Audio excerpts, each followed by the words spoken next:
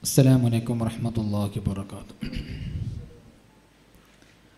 الحمد لله الصلاة والسلام على رسول الله وعلى آله وصحبه أجمعين. ما بعد إن أريد إلا الإصلاح ما استطعت وما توفيقي إلا بالله عليه توكلت وإليه منيب وما توفيقي إلا بالله عليه توكلت وإليه منيب وما توفيقي إلا بالله عليه توكلت وإليه منيب ولا حول ولا قوة إلا بالله العلي العظيم ولا حول ولا قوة إلا بالله العلي العظيم ولا حول ولا قوة إلا بالله العلي العظيم. رب اشرح لي صدري ويسر لي أمري واحلل عقدة من لساني يفقهوا قولي. حسبنا الله ونعم الوكيل ونعم المولى ونعم النصير. حسبنا الله ونعم الوكيل ونعم المولى ونعم النصير. يا سيدي سندي أوثيم يا مددي كلي ظهيرا على الأعداء بالمدد مجير حرمني بخذ بيدي مدى مددي خليفة الله فينا محي الدين يا ربي بالمصطفى بلغ مقاصدنا واغفر لنا ما مضى يا واسع الكرم. مولاي صل وسلم دائما ابدا على حبيبك خير بالخلق كلهم ثم الرضا عن أبي بكر وعن عمر وعن علي وعن عثمان ذي الكرم سعد سعيد زبير طلعة وعبي عبيدة وابن في العاشر الكرم. مولاي صل وسلم دائما ابدا على حبيبك خير الخلق كلهم.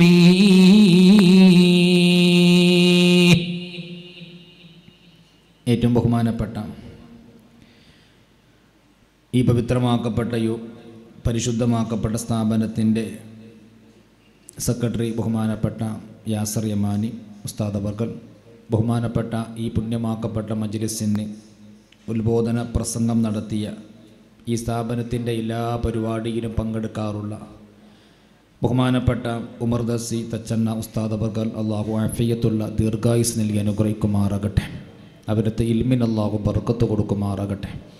ഈ പുണ്യമാക്കപ്പെട്ട മജ്ലിസിൽ ഒരുമിച്ച് കൂടിയ ബഹുമാനപ്പെട്ട ഉസ്താദുമാർ, ബഹുമാനപ്പെട്ട എൻ്റെ സുഹൃത്ത് ബഹുമാനപ്പെട്ട ജഅഫർ ദാരിമി ഉസ്താദ്, ഈ പവിത്രമാക്കപ്പെട്ട വേദിയിൽ ഒരുമിച്ച് കൂടിയ മറ്റുസ്താദുമാർ, സ്ഥാപനത്തിലെ ബഹുമാനപ്പെട്ട മുത്തഅല്ലിമീങ്ങളെ, ബഹുമാനപ്പെട്ട ഉപ്പമാരെ, ബഹുമാനപ്പെട്ട രക്ഷിതാക്കന്മാരെ, ബഹുമാനപ്പെട്ട സഹോദര സഹോദരിമാരെ, വിദ്യാർത്ഥിനികളെ, അള്ളാഹു സുബ്ഹാനഹു വ തആല നമ്മുടെ ഒത്തുകൂടലിനെ അള്ളാഹു ഇഷ്ടപ്പെട്ട മാർഗത്തിൽ സ്വീകരിക്കുമാറാകട്ടെ.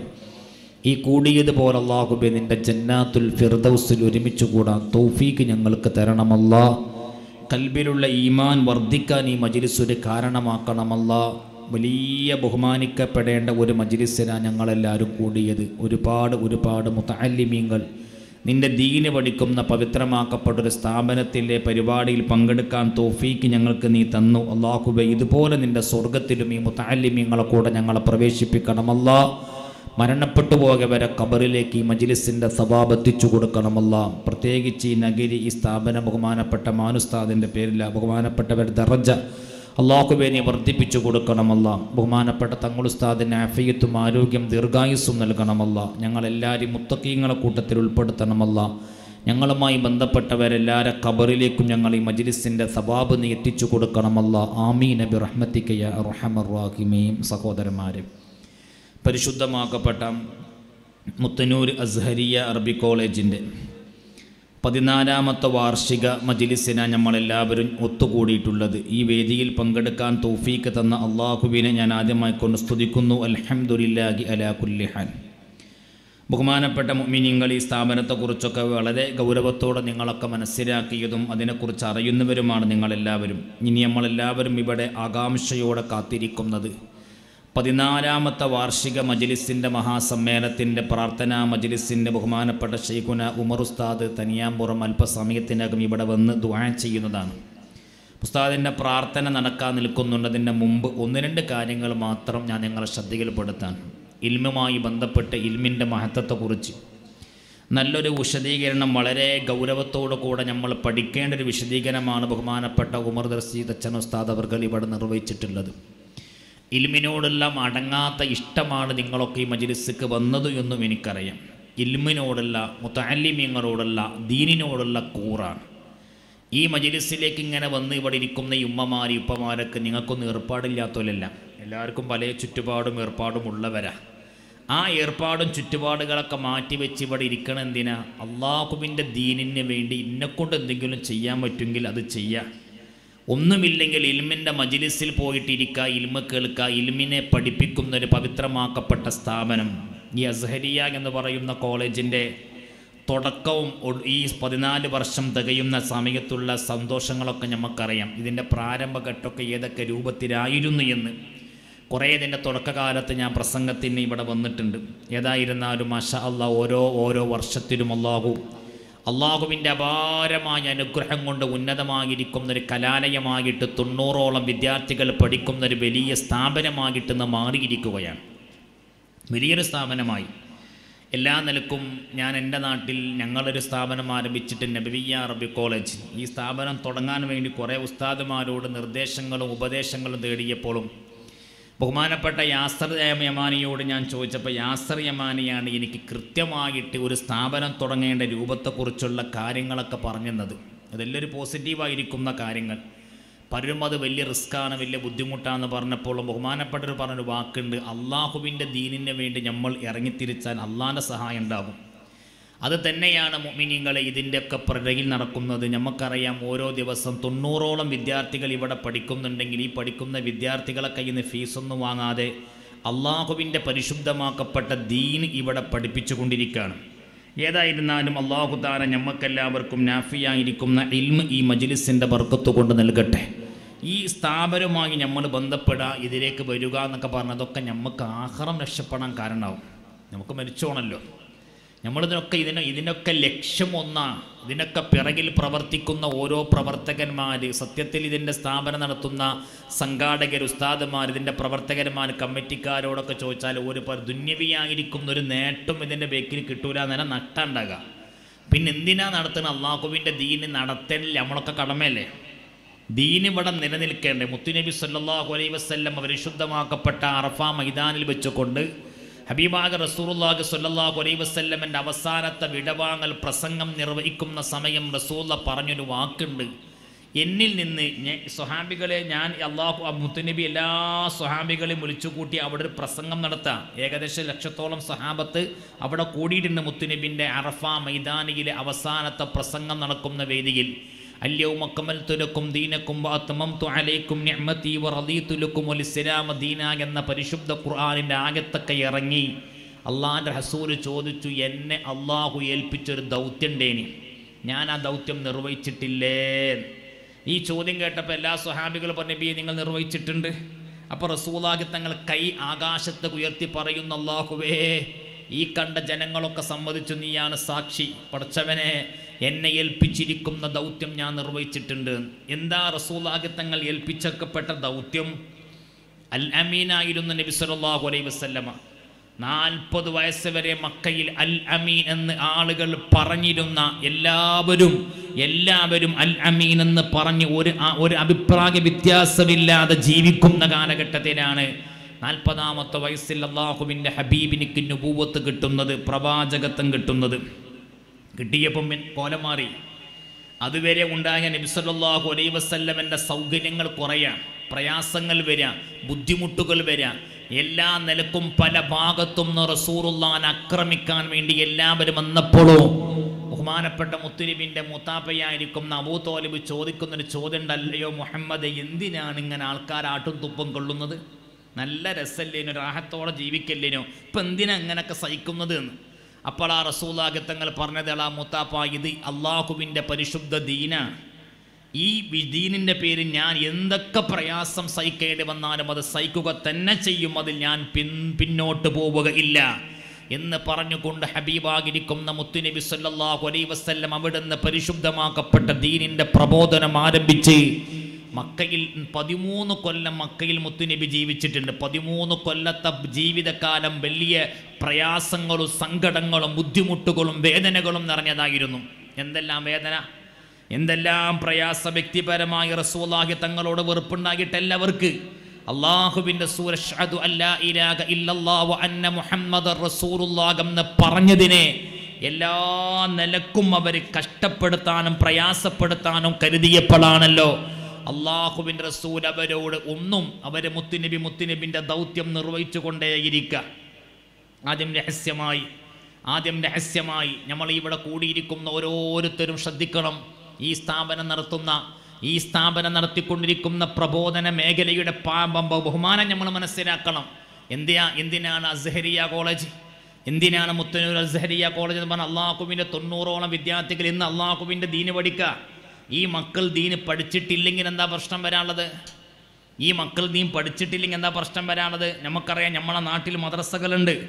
ഈ മദ്രസകളിലാണ് നമ്മളെ മക്കളൊക്കെ അള്ളാഹുവിൻ്റെ ദീന് പഠിക്കാൻ നമ്മൾ പറഞ്ഞേക്കുന്നത്. നമ്മൾക്കുള്ള ഡൗട്ടിയ, എനിക്ക് 4 മക്കളുണ്ട്, എൻ്റെ 4 മക്കളെയും ഞാൻ അള്ളാഹുവിൻ്റെ ദീന് പഠിപ്പിക്കേണ്ട ഉത്തരവാദിത്വം എനിക്കുള്ളതാ.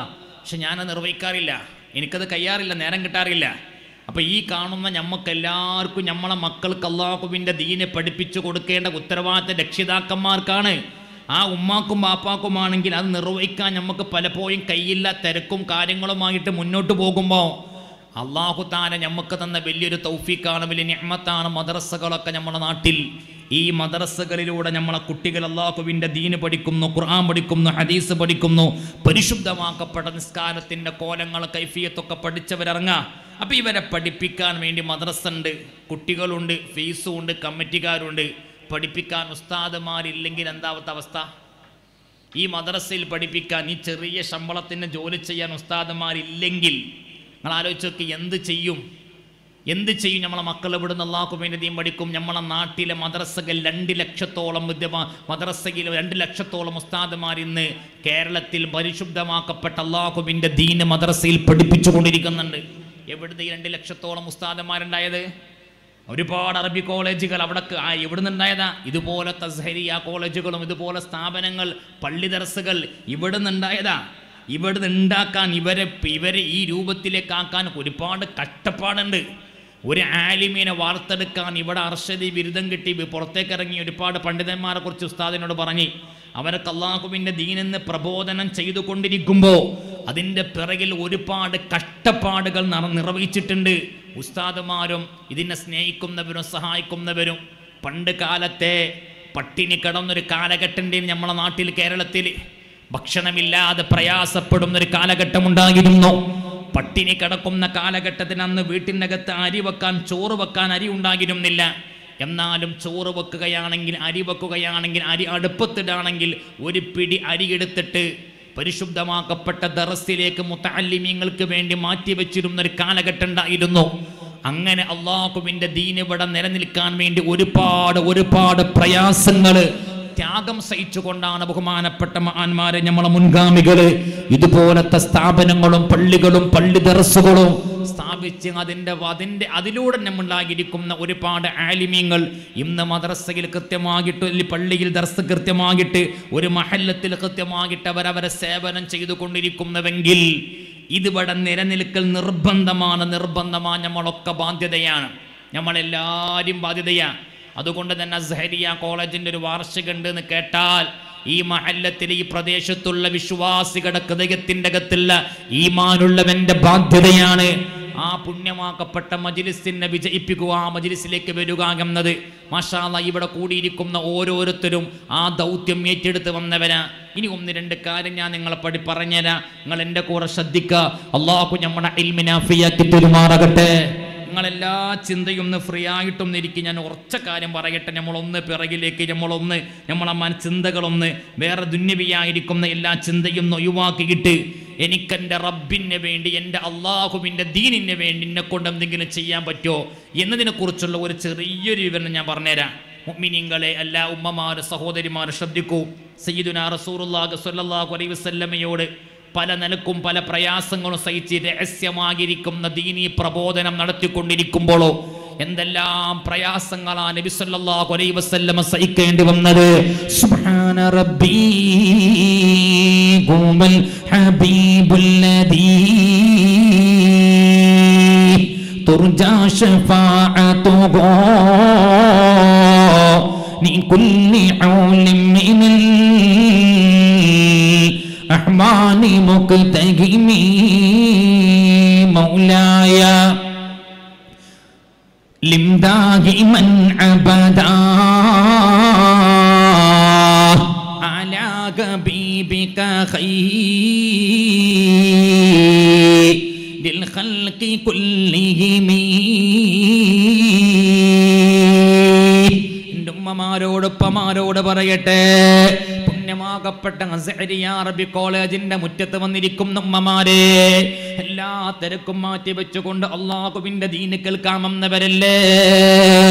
90ഓളം വിദ്യാർത്ഥികൾ പാവപ്പെട്ട മുതഅല്ലിമീങ്ങളോട് കൂടെ ഇരുന്നു കൊണ്ട് അള്ളാഹുവിന്റെ ദീന് കേൾക്കാമെന്നവരല്ലേ. ഇൻഷാ അല്ലാഹ് ഇവിടുന്ന് ഇറങ്ങിപ്പോകുമ്പോ, ഇവിടുന്ന് നീറ്റ് പോകുമ്പോ നാളെ ചെന്ന് കിടക്കുന്ന പള്ളിപ്പറമ്പിന്റെ കബറാകുന്ന വീട്ടിലേക്കുള്ള ഒരുപാട് നന്മകൾ നമ്മൾ ഇവിടുന്ന് കരസ്ഥമാക്കണോ? ഒരുപാട് നന്മകൾ നമ്മൾ കരസ്ഥമാക്കണേ. മജ്ലിസുൽ ഇൽമി, ഇൽമിന്റെ മജ്ലിസ് എന്ന് പറഞ്ഞ റൗളത്തും മിൻ റിയാദിൽ ജന്ന.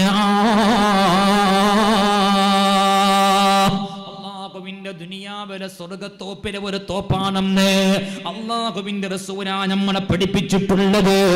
അതുകൊണ്ട് സ്വർഗത്തിനാ ഞാൻ ഇരിക്കുന്നതെന്ന ബോധത്തോടു കൂടെ എന്റെ നാളെ കിടക്കുന്ന പള്ളിപ്പറമ്പിന്റെ കബറാകുന്ന വീട്ടിന്റെ അകത്ത് എനിക്ക് ഉപകരിക്കാനാ ഞാനും നീ വഅദ് കേൾക്കുമെന്ന് മനസ്സിലിരുത്തി കൊണ്ട് ചിന്തിക്കൂ. എന്താണ് ഇൽമിന്റെ ഉത്ഭവം? എങ്ങനെയാണ് അള്ളാഹുവിന്റെ ദീൻ ഇവിടെ പറഞ്ഞിട്ടുണ്ടായിട്ടുള്ളത്? സയ്യിദുനാ റസൂലുള്ളാഹി സല്ലല്ലാഹു അലൈഹി വസല്ലമക്ക് നബുവത്ത് കിട്ടുന്ന പരിശുദ്ധമാകപ്പെട്ട ജബലുൻ നൂർ എന്ന് പറയുന്ന പർവ്വതത്തിന്റെ മുകൾ ഭാഗത്തിരിക്കുമ്പോൾ ഇന്നാ അൻസൽനാഹു ഫീ ലൈലത്തിൽ ഖദർ, അല്ലാഹുവിന്റെ പരിശുദ്ധ ഖുർആൻ അല്ലാഹ് ഇറക്കി ഉണ്ടാക്കി കൊടുക്കുന്ന ഹബീബായിരിക്കുന്ന റസൂലുള്ളാഹി സ്വല്ലല്ലാഹു അലൈഹി വസല്ലമക്ക് പരിശുദ്ധമാക്കപ്പെട്ട ലൈലത്തുൽ ഖദറിന്റെ രാത്രിയിലെ എല്ലാവരും കേട്ടതല്ലേ റസൂലുള്ളാഹി തങ്ങൾ പ്രവാചകനാകുന്നു. മുത്തുനബി ജബലുൻ നൂറിന്റെ മുകൾ ഭാഗത്തും ഇറങ്ങി വരുന്നു. അല്ലാഹുവിന്റെ ഹബീബിനെ ശക്തമായിരിക്കുന്ന പനി പനിച്ചിരിക്കുന്നു. പനിച്ച് പറക്കുന്ന റസൂലുള്ളാഹി നേരെ വന്നുകൊണ്ട് ബഹുമാനപ്പെട്ട ഖദീജ ബീവി റളിയല്ലാഹു അൻഹാ ഉമ്മയോട് പറയുന്ന ഖദീജ സമ്മിനൂനി ഖദീജ പുതപ്പിട്ട് മൂടുമോ ഖദീജ, പുതപ്പിട്ട് മൂടുമോ ഖദീജ പറഞ്ഞുകൊണ്ട് റസൂലുള്ളാഹി തങ്ങൾക്ക് നബുവത്ത് കിട്ടിയിരിക്കുന്ന രംഗങ്ങളല്ല ഞാനും നിങ്ങളും ഒരുപാട് വട്ടം കേട്ടതും പഠിച്ചതുമാണല്ലോ. പ്രവാചകനായിരിക്കുന്ന നബി സല്ലല്ലാഹു അലൈഹി വസല്ലം ദീനി പ്രബോധനോ മക്കയിൽ വെച്ചുകൊണ്ട് ആരംഭിക്കുമ്പോ എന്തെല്ലാം പ്രയാസങ്ങളാണ് ഉമ്മമാരെ ഉപ്പമാരെ. അല്ലാഹു തന്ന കൽബിന്റെ അകത്തുള്ള ഈമാനിന് ശക്തി കൂടാ ഇടക്കിടക്ക് നമ്മൾ ഹബീബായിരിക്കുന്ന റസൂലുള്ളാഹി സ്വല്ലല്ലാഹു അലൈഹി വസല്ലമ ദീനീ പ്രബോധനം ചെയ്ത കാലഘട്ടത്തിലുണ്ടായിരുന്ന ആ കഥകളോ പ്രയാസത്തിന്റെ കഥകളും നല്ലതാ, പഠിക്കുന്നത് നല്ലതാ. അത് ഈമാന് ശക്തി കൂടാ കാരണമാകുമെന്ന് മഹാന്മാര് പഠിപ്പിക്കുമ്പോ അല്ലാഹുവിന്റെ സൂര്യയും എന്തെല്ലാം പ്രയാസങ്ങളാണ് ഒട്ടകത്തിന്റെ കുടൽമാല ഹബീബായിരിക്കുന്ന മുത്തുനബിന്റെ കൈത്തിലേക്ക് വലിച്ചിട്ടില്ലേ. നബി സല്ലല്ലാഹു അലൈഹി വസല്ലം നിസ്കരിക്കുമ്പോ അല്ലാഹുവിന്റെ റസൂലിന്റെ തല മുതൽ കാല് വരെ മണ്ണിട്ട് കൊണ്ട് മൂടിയില്ലേ. ഉത്ബത്ത് ബിൻ അബീ മുഈദ് എന്ന് പറയുന്ന ദുഷ്ടനാണ് റസൂലുള്ളാഹി തങ്ങളെ കൈത്തിലേക്ക് ഒട്ടകത്തിന്റെ കുടൽമാല വലിച്ചിടാൻ പറയുന്നത്. അങ്ങനെ വലിച്ചിട്ടിരിക്കുന്ന റസൂലുള്ളാഹി തങ്ങൾക്ക് സുജൂദും എണീക്കാൻ കഴിയുന്നില്ല. അവിടെ കിടന്ന് റസൂലുള്ളാഹി പ്രയാസപ്പെടുമ്പോ ഫാത്തിമ ബീവി റളിയല്ലാഹു അൻഹ ഓടി വരുന്നു. അല്ലാഹുവിന്റെ ഹബീബിന്റെ കൈത്തിൽ കിടക്കുന്ന ഒട്ടകത്തിന്റെ കുടൽമാല വലിച്ചെടുക്കുന്ന പ്രായം എത്രയാ? അന്ന് ഫാത്തിമ ബീവിന്റെ വയസ്സ് 8 വയസ്സായിരുന്നു. ഉമ്മമാരെ റസൂലുള്ളാഹിന്റെ ശരീരം മൊത്തം ഒട്ടകത്തിന്റെ ചീഞ്ഞലഞ്ഞിരിക്കുന്ന കുടൽമാലയുടെ ദുർഗന്ധമുണ്ട്. അല്ലാഹുവിന്റെ ഹബീബിനെ കൊണ്ടുപോയി മഹദിയായിരിക്കുന്ന ഫാത്തിമ ബീവി റളിയല്ലാഹു അൻഹാ കൊണ്ടുപോയിട്ട് ഇരുത്തിയിട്ട് പറയുന്ന നബിയേ ഞാൻ നിങ്ങളെ കുളിപ്പിച്ച് തരാം നബിയേ, ഞാനൊന്ന് കുളിപ്പിച്ച് തരാം നബിയേ. തങ്ങളെ കുളിപ്പിക്കാ പൊന്നുമോൾ ഫാത്തിമ ബീവി അതാ വെള്ളമാകിട്ട് വരുമ്പോ റസൂലുള്ളാഹി തങ്ങൾ പറയുന്നുണ്ട് പിറകിലൂടെ എന്റെ തലയിലേക്ക് വെള്ളം ഒഴിക്കാൻ. ഫാത്തിമ ബീവി റളിയല്ലാഹു അൻഹാ ഒരുങ്ങുന്ന സമയമില്ലേ. അല്ലാഹുവിന്റെ ഹബീബിന്റെ മൂർദാവിലേക്ക് അതാ വെള്ളത്തിന്റെ തുള്ളികൾ വന്നിങ്ങനെ ഉറ്റുകയാ. മയത്തുള്ളികളെ പോലെ ചെറിയതായിരിക്കുന്ന വെള്ളത്തിന്റെ തുള്ളികൾ വന്ന് ഹബീബായിരിക്കുന്ന മുത്തുനബിന്റെ തലയിലേക്ക് ഇങ്ങനെ മൂർദാവിലെ കുറ്റുമ്പോ റസൂലുള്ളാഹി തങ്ങൾ തിരിഞ്ഞു നോക്കുന്ന സമയത്ത് ഫാത്തിമ ബീവിന്റെ കണ്ണൊന്നൊലിക്കുന്ന കണ്ണുനീർ കവൾ ഭാഗത്തിലൂടെ ഒലിച്ചിട്ട് റസൂലുള്ളാഹിന്റെ മൂർദാവിലേക്ക് ഉറ്റിയിരുന്നു. കഥ നിങ്ങൾ ഒരുപാട് വട്ടം കേട്ടതാണെങ്കിൽ ഞാൻ വിശദീകരിക്കല്ല. അത്രയും പ്രയാസമാകിരുന്ന കാലഘട്ടത്തിലായി ഇസ്ലാമിക പ്രബോധനം തുടങ്ങുന്നത്. എല്ലാ ഭാഗത്തുനിന്നും കുടുംബങ്ങളും കുടുംബക്കാരും നാട്ടുകാരും ബന്ധുക്കളൊക്കെ പ്രയാസപ്പെടുത്തിക്കൊണ്ടിരിക്കുമ്പോ അല്ലാഹുവിന്റെ റസൂൽ ദീനീ പ്രബോധനം ആരംഭിക്കുന്നു. അല്ലാഹുവിന്റെ ദീന ജനങ്ങൾക്ക് എത്തിക്കാൻ കഷ്ടപ്പെട്ട കഷ്ടപ്പാടിന്റെ കഥകളെ ഞാൻ എൻ്റെ വയത് കേൾക്കുന്ന ഉമ്മമാർക്ക് വേണ്ടി ഉപ്പമാർക്ക് വേണ്ടി ഒന്ന് ഞാൻ ഒരു കാര്യം പറയട്ടെ, ഒന്ന് ഗൗരവത്തോടൊന്ന് കേൾക്കൂ ഉമ്മമാരെ. പ്രബോധന പഠനം ഇങ്ങനെ തുടങ്ങിക്കൊണ്ടിരിക്കുന്ന കാലഘട്ടം വലിയ പ്രയാസമാണ്, ബുദ്ധിമുട്ടാകിരുന്നോ? ആ സമയത്താകിരുന്നല്ലോ സയ്യിദുനാ ബിലാൽ റളിയല്ലാഹു അൻഹു نكماننا ومعمد ومجندر ومعمد ذهبي معاذ عائد أبو حذيفة عبد الله لا إله إلا الله لا إله إلا الله محمد رسول الله. സയ്യിദുനാ ബിലാൽ എന്ന് പറയുന്ന അടിമയായിരിക്കുന്ന ബിലാൽ റളിയല്ലാഹു അൻഹു സയ്യിദുനാ റസൂലുള്ളാഹി തങ്ങളെ കുറിച്ച് കേൾക്കാനിടയായി. ബിലാൽ തങ്ങൾക്ക് റസൂലുള്ളാഹിനെ കാണാൻ പോകാൻ പൂതിയാകുന്നു. ബഹുമാനപ്പെട്ട ബിലാൽ തങ്ങൾക്ക് രണ്ട് തടസ്സമാകിരുന്ന റസൂലുള്ളാഹിനെ കാണാനുണ്ടാകിരുന്നത്, രണ്ട് തടസ്സമാകിരുന്ന മുത്തുനബിന്റെ ഹദറത്തിലേക്ക് വരാനുണ്ടാകിരുന്നത്. ഒന്നാമത്തെ തടസ്സം എന്താ? ബിലാൽ ചിന്തിക്കുന്ന ഞാൻ റസൂലുള്ളാഹിനെ കാണാൻ മുത്തുനബിന്റെ വീട്ടിലേക്ക് ചെന്നാ മുത്തുനബിന്റെ ശത്രുവായിരിക്കുന്ന ഉമയ്യത്ത് ബിൻ ഖൽഫ് ലഅനത്തുല്ലാഹി അലൈഹി എന്റെ യജമാനനാ, എന്റെ യജമാനം എന്നെ വെറുതെ വിടുക ഇല്ല, എന്റെ യജമാനം എന്നെ വെറുതെ വിടുക ഇല്ല. എന്ത് ചെയ്യുമെന്നറിഞ്ഞുകൊണ്ട് പ്രയാസപ്പെട്ടുകൊണ്ട് നിൽക്കുന്നു. ഒന്നാമത്തെ തടസ്സം അതാകിരുന്നു. രണ്ടാമത്തെ തടസ്സം ഏതാകിരുന്നു? ബഹുമാനപ്പെട്ട ബിലാൽ തങ്ങൾ അടിമയാകിരുന്നല്ല, അതുകൊണ്ട് തന്നെ ബിലാൽ തങ്ങൾക്ക് ധരിക്കാൻ വസ്ത്രമുണ്ടാകിരുന്നില്ല. സയ്യിദുനാ ബിലാൽ റളിയല്ലാഹു അൻഹുവിന് വസ്ത്രമുണ്ടാകിരുന്നില്ല. ബഹുമാനപ്പെട്ട ബിലാൽ തങ്ങൾക്ക് ധരിക്കാൻ വസ്ത്രമില്ല. വസ്ത്രമില്ലാതെ റസൂലുള്ളാഹിന്റെ മുമ്പിലേക്ക് എങ്ങനെ പോകുമെന്ന് പേടിയാകിരുന്നു, എന്നെ സങ്കടമാകിരുന്നു. അങ്ങനെ റസൂലുള്ളാഹി തങ്ങളെ കാണാൻ പോകണമെന്നുള്ള അതിയാകിരിക്കുന്ന ആഗ്രഹം മനുഷ്യ മനസ്സിന്റെ അകത്തതാ കിടന്ന് കറങ്ങിക്കൊണ്ടിരിക്കുന്നു. ഒന്നാമത്തെ പ്രയാസമായിരിക്കുന്ന ഉമയ്യത്ത് ബിൻ ഖൽഫ് ലഅനത്തുല്ലാഹി അലൈഹി യജമാനം എന്നെ അടിക്കും, എന്നെ കൊല്ലും, എന്നെ ആക്രമിക്കുമെന്നതല്ലേ. ബിലാൽ തങ്ങൾ ചിന്തിക്കുന്ന അടിച്ചാലും വേണ്ടില്ല, കൊന്നാലും വേണ്ടില്ല, പോകാൻ തന്നെ ബഹുമാനപ്പെട്ട ബിലാൽ തങ്ങൾ തീരുമാനിക്കുന്നു. പോകാൻ തന്നെ തീരുമാനിച്ചു റസൂലുള്ളാഹിന്റെ അടുത്തേക്ക്. പക്ഷേ റസൂലുള്ളാഹിനെ കാണാൻ പോകാൻ നല്ലൊരു വസ്ത്രം, നല്ലത് പോയിട്ട് ഒരു ഔറത്ത് മറക്കാൻ ഒരു വസ്ത്രത്തിന്റെ ഒന്നുമില്ലല്ലോ. എന്ത് ചെയ്യുമെന്ന ബേജാറും ടെൻഷനും ഒന്നും കുറേ ആലോചിച്ച് ബിലാൽ തങ്ങൾ വസ്ത്രം ധരിച്ചിരുന്നത് ഒരു കൊട്ട കൊണ്ടിങ്ങനെ ഔറത്ത് മറക്കുമായിരുന്നു. നമുക്ക് ഉടുത്ത തുണി, ഒരു പുതിയ തുണി, അലക്കാത്ത തുണി എടുക്കുമ്പോൾ തന്നെ നമുക്ക് എന്തെല്ലാം പ്രയാസം ഉണ്ട് ആ തുണി എടുക്കുമ്പോഴുണ്ടാകും. ഇത് നിങ്ങൾ ആലോചിച്ചേക്ക്, വസ്ത്രമല്ല, ഒരു മുളയുടെ കൊട്ട കൊണ്ട് അരഭാഗത്ത് ഇങ്ങനെ കെട്ടിയിട്ട് ആ കൊട്ടയുടെ പിൻഭാഗത്ത് പുറത്ത് ഭാഗത്ത് ഇങ്ങനെ പുല്ല് കൊണ്ട് മറക്കുമായിരുന്നു ബിലാൽ തങ്ങൾ. ഇങ്ങനെയായിരുന്നു ബിലാൽ ഔറത്ത് മറച്ചിരുന്നത്. ഇങ്ങീ നിനക്ക് റസൂലുള്ളാഹിനെ കാണാൻ എങ്ങനെ പോകുമെന്ന് ഭയങ്കര ടെൻഷൻ അടിച്ചിരിക്കുമ്പോഴാ ബഹുമാനപ്പെട്ട ബിലാൽ തങ്ങൾ മനസ്സിലാക്കി ഏതായാലും റസൂലുള്ളാഹിനെ കാണാൻ പോകൽ നിർബന്ധമാണ്. അങ്ങനെ ആലോചിച്ച് പിടുത്തം കിട്ടി എങ്ങനെ പോകാം. പാതിരാ സമയം, രാത്രിയിൽ എല്ലാവരും ഒരു രാത്രി സമയത്ത് വെളിച്ചില്ലാത്ത സമയത്ത് റസൂലുള്ളാഹിനെ കാണാൻ പോകാം.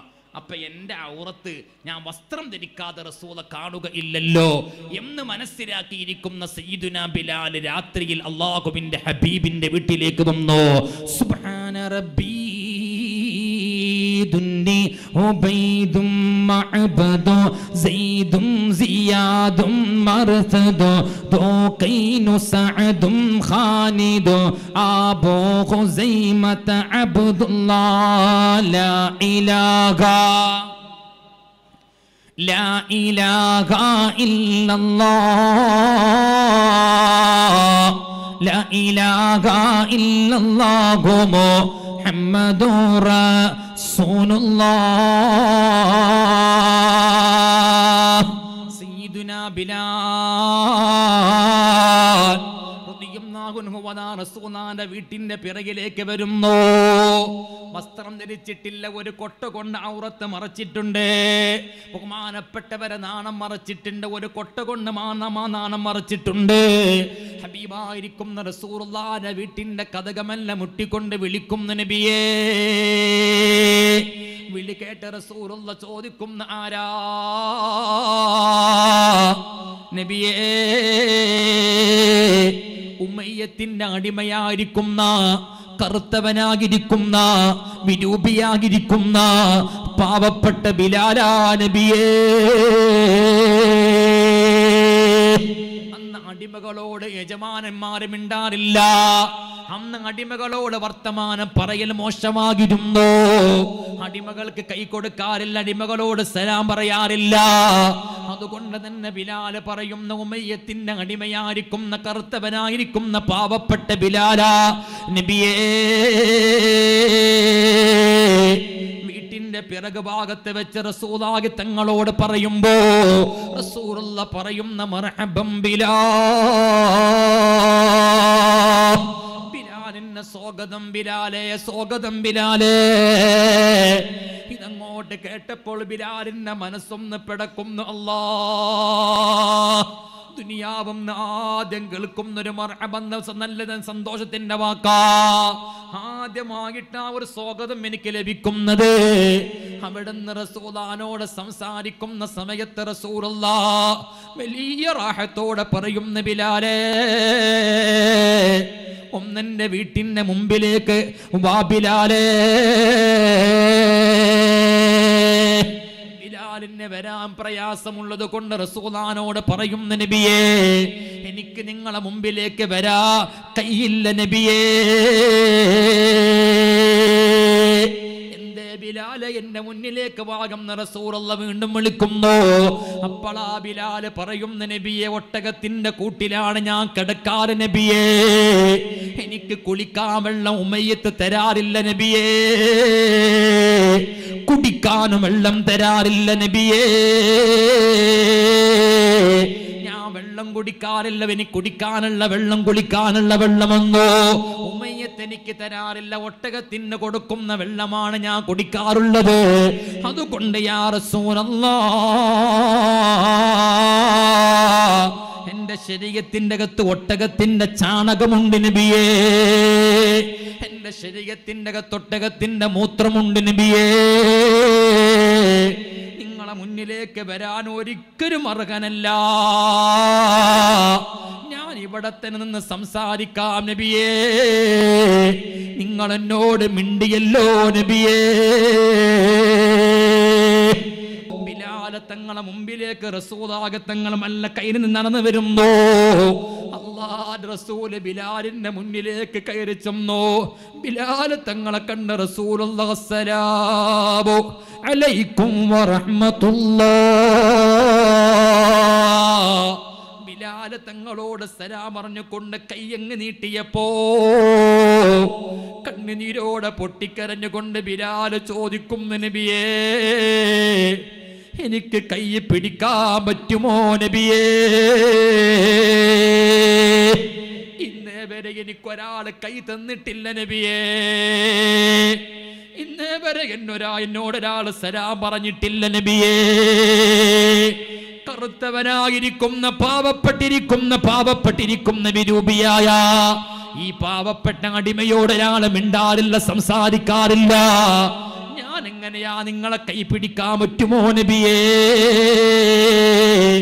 ശരീരമാസകലം ഒട്ടകത്തിന്റെ ചാണകം തെറിച്ചിരിക്കുന്ന പാവപ്പെട്ട ബിലാൽ തങ്ങളെ എനിക്ക് നിങ്ങളെ കൈ പിടിക്കാൻ പറ്റുമോ നബിയേ? ഇത് കേട്ടതും റസൂലുള്ളാഹിന്റെ കണ്ണ് നിറഞ്ഞ് മുത്തുനബിയതാ ബിലാൽ തങ്ങളെ കൈ പിടിക്കുമ്പോ പിന്നെ അടുത്തേക്ക് ചെന്ന് റസൂലുള്ള ബിലാൽ തങ്ങളെ കെട്ടിപ്പിടിച്ചുകൊണ്ട് മൂർദാവിൽ ചുംബിക്കാൻ തുടങ്ങി. മൂർദാവിൽ ചുംബിക്കുന്ന മുഅ്മിനീങ്ങളെ, ബിലാൽ തങ്ങൾ നിയന്ത്രണം വിട്ട് പൊട്ടിക്കരഞ്ഞില്ലേ? അല്ലാഹുവിന്റെ റസൂൽ മരണപ്പെട്ട് മദീനത്ത് വെച്ച് മരണപ്പെട്ടപ്പോ റബീഉൽ അവൽ 12 മുത്തുനബിന്റെ വഫാത്തിന് ശേഷം ബിലാൽ തങ്ങൾ മദീന വിട്ടു പോവുകയായിരുന്നല്ലോ. അന്ന് എല്ലാവരും ബിലാൽ തങ്ങളെ മദീന തന്നെ പിടിച്ചു നിർത്താൻ നോക്കുമ്പോ അന്ന് ബിലാൽ പറഞ്ഞിരിക്കുന്ന വാക്കുണ്ട്, സ്വഹാബാ, എനിക്ക് ആദ്യമായിട്ട് ഈ ലോകത്തെന്ന ഒരു മനുഷ്യരെ എന്റെ കൈ കൂട്ടി സ്നേഹത്തോടെ എന്റെ കൈ പിടിച്ചത് എന്റെ റസൂലുള്ളാഹിയാ. എന്റെ ഉമ്മ വരെ എന്നെ ചുംബിച്ചതായിട്ട് എനിക്ക് ഓർമ്മയില്ല. അറപ്പും വെറുപ്പും ഇല്ലാതെ എന്റെ മൂർധാവിൽ ചുംബനം ആദ്യം എനിക്ക് ലഭിച്ചത് എന്റെ മുത്തുനബിന്റെ ചുംബനമാ. റസൂലുള്ള മരണപ്പെട്ട മദീനത്തെ എനിക്ക് നിൽക്കാൻ കഴിയില്ലെന്ന് പറഞ്ഞ് ബിലാൽ മാട് വിട്ടുകൊണ്ട് പോകില്ലേ? ചുരുക്കി പറയട്ടെ, ബിലാൽ മുസ്ലിമാകുന്ന രംഗമാ ഞാൻ പറഞ്ഞത്. ബിലാൽ തങ്ങൾ അശ്ഹദു അല്ലാ ഇലാഹ ഇല്ലല്ലാഹ് വ അന്ന മുഹമ്മദ റസൂലുള്ളാഹ്. മുസ്ലിമാകുന്ന മുഅ്മിനീങ്ങളെ, മുസ്ലിമാകുന്ന സയ്യിദുനാ ബിലാൽ, മുസ്ലിമായിരിക്കുന്ന ബിലാൽ തങ്ങളെ, മുഅ്മിനീങ്ങളെ, മുഅ്മിനീങ്ങളെ, ബഹുമാനപ്പെട്ട ബിലാൽ തങ്ങൾ മുസ്ലിമായിരിക്കുന്ന വിവരം അറിയുന്ന ഉമയ്യത്തെ, ബിലാലിന്റെ യജമാനം വിവരം അറിയുന്നു, ആക്രമിക്കാൻ തുടങ്ങിയിരിക്കുന്ന കഥ നിങ്ങൾ എല്ലാവരും കേട്ടതുകൊണ്ട് ഞാൻ ആ ഭാഗം വിശദീകരിക്കുന്നില്ല.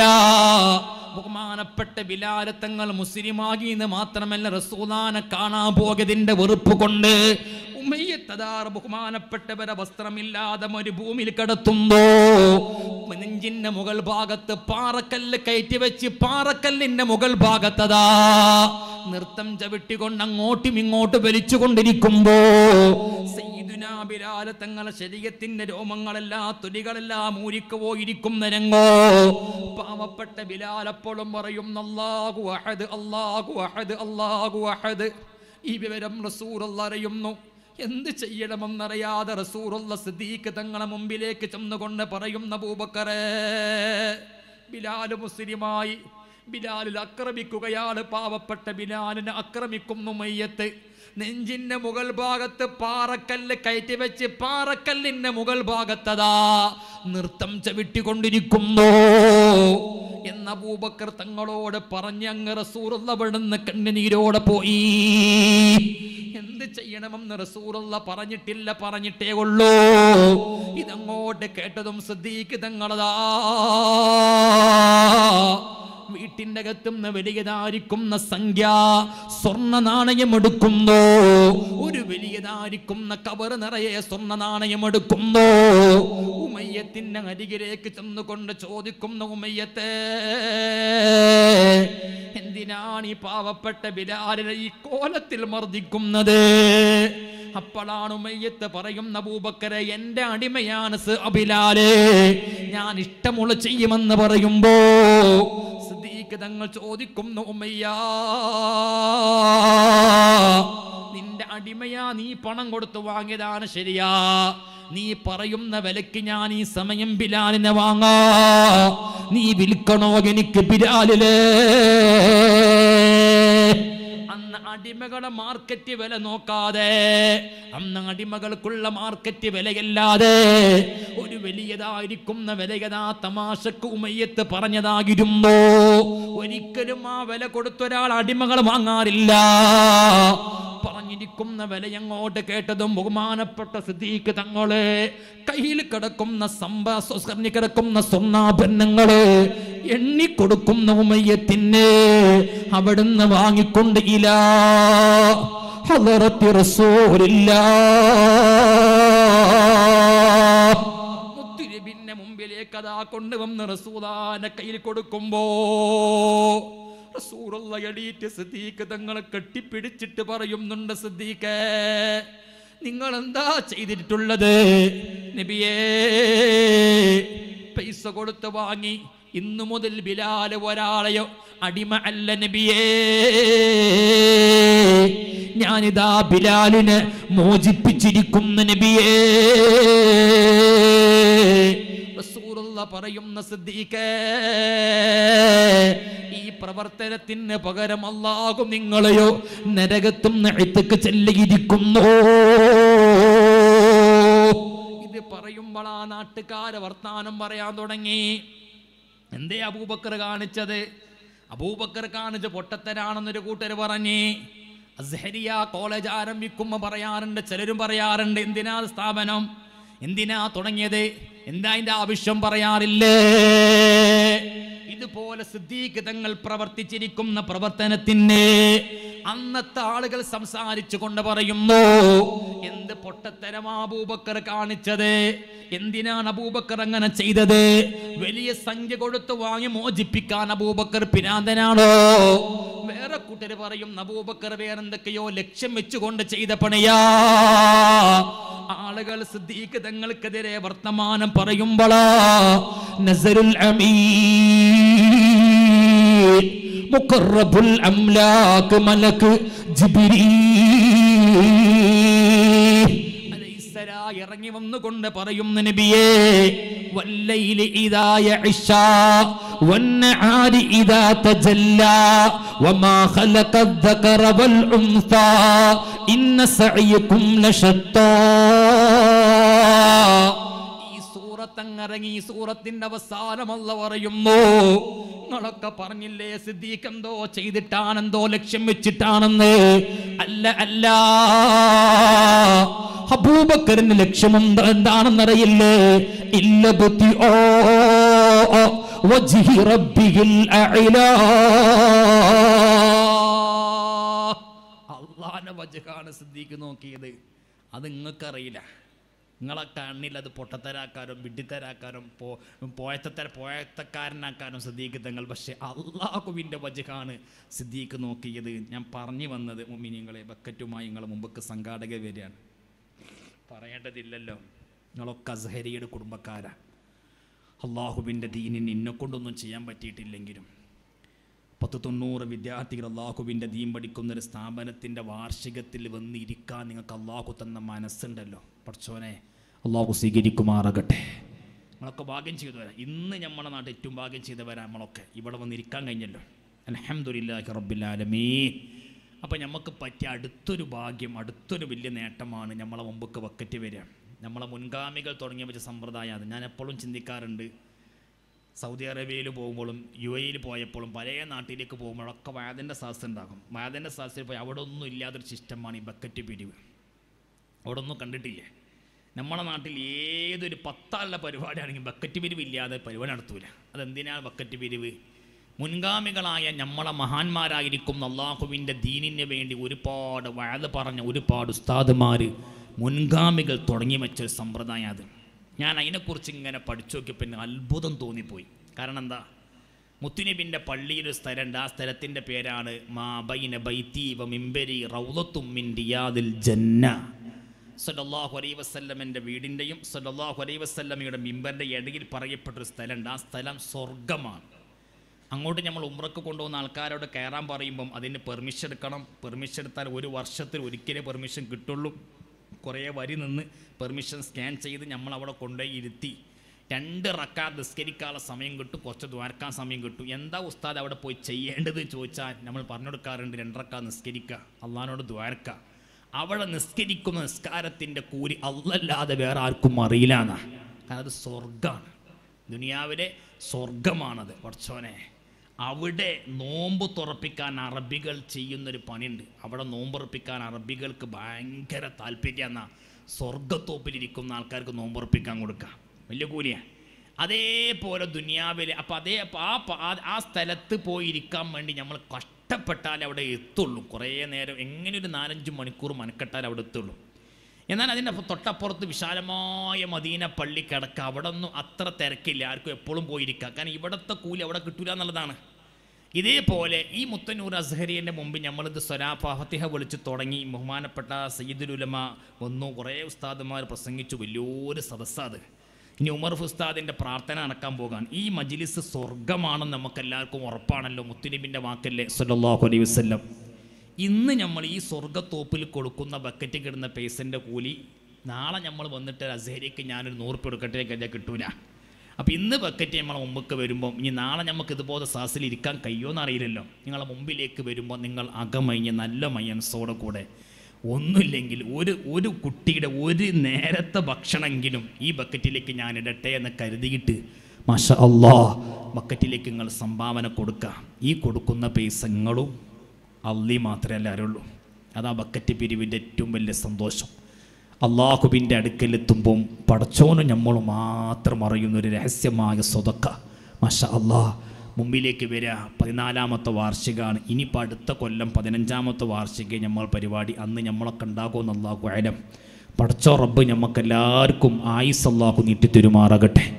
ബക്കറ്റ് നിങ്ങളെ മുമ്പൊക്കെ വരുമ്പോൾ നിങ്ങളെ കൊണ്ട് കഴിയുന്ന നല്ലൊരു സ്വതക്ക, നിങ്ങൾ മോശമാക്കാത്തൊരു സംഖ്യ മുഅ്മിനീങ്ങൾ ബിസ്മില്ലാ. എല്ലാവരും ഇൻഷാ അല്ലാഹ് ബക്കറ്റിക്ക് നല്ല നെയ്യത്തോട് കൂടെ ഇടുക. ആരും മടിച്ചിക്കണ്ട. എന്താണോ നിങ്ങളടുത്തുള്ളത് അത് നല്ലൊരു നെയ്യത്ത് വെച്ചിട്ട് അള്ളാഹുവിൻ്റെ ദീൻ ഇവിടെ നിലനിൽക്കാൻ വേണ്ടി ഞാൻ എന്നെക്കൊണ്ട് ചെയ്യാൻ പറ്റുന്ന ചെയ്യാമെന്ന് കരുതിയിട്ട് നിങ്ങളെല്ലാവരും കൊടുക്കുക. ഞാൻ പറഞ്ഞു വന്നത് കഷ്ടപ്പാടുകൾ സഹിച്ചിട്ടാണ് അള്ളാഹുവിൻ്റെ ദീൻ ഇവിടെ ഉണ്ടായത്. ഇതിന് വേണ്ടി ഒരുപാട് ത്യാഗം നബിയും സ്വഹാബത്തും സഹിച്ചിട്ടുണ്ട്.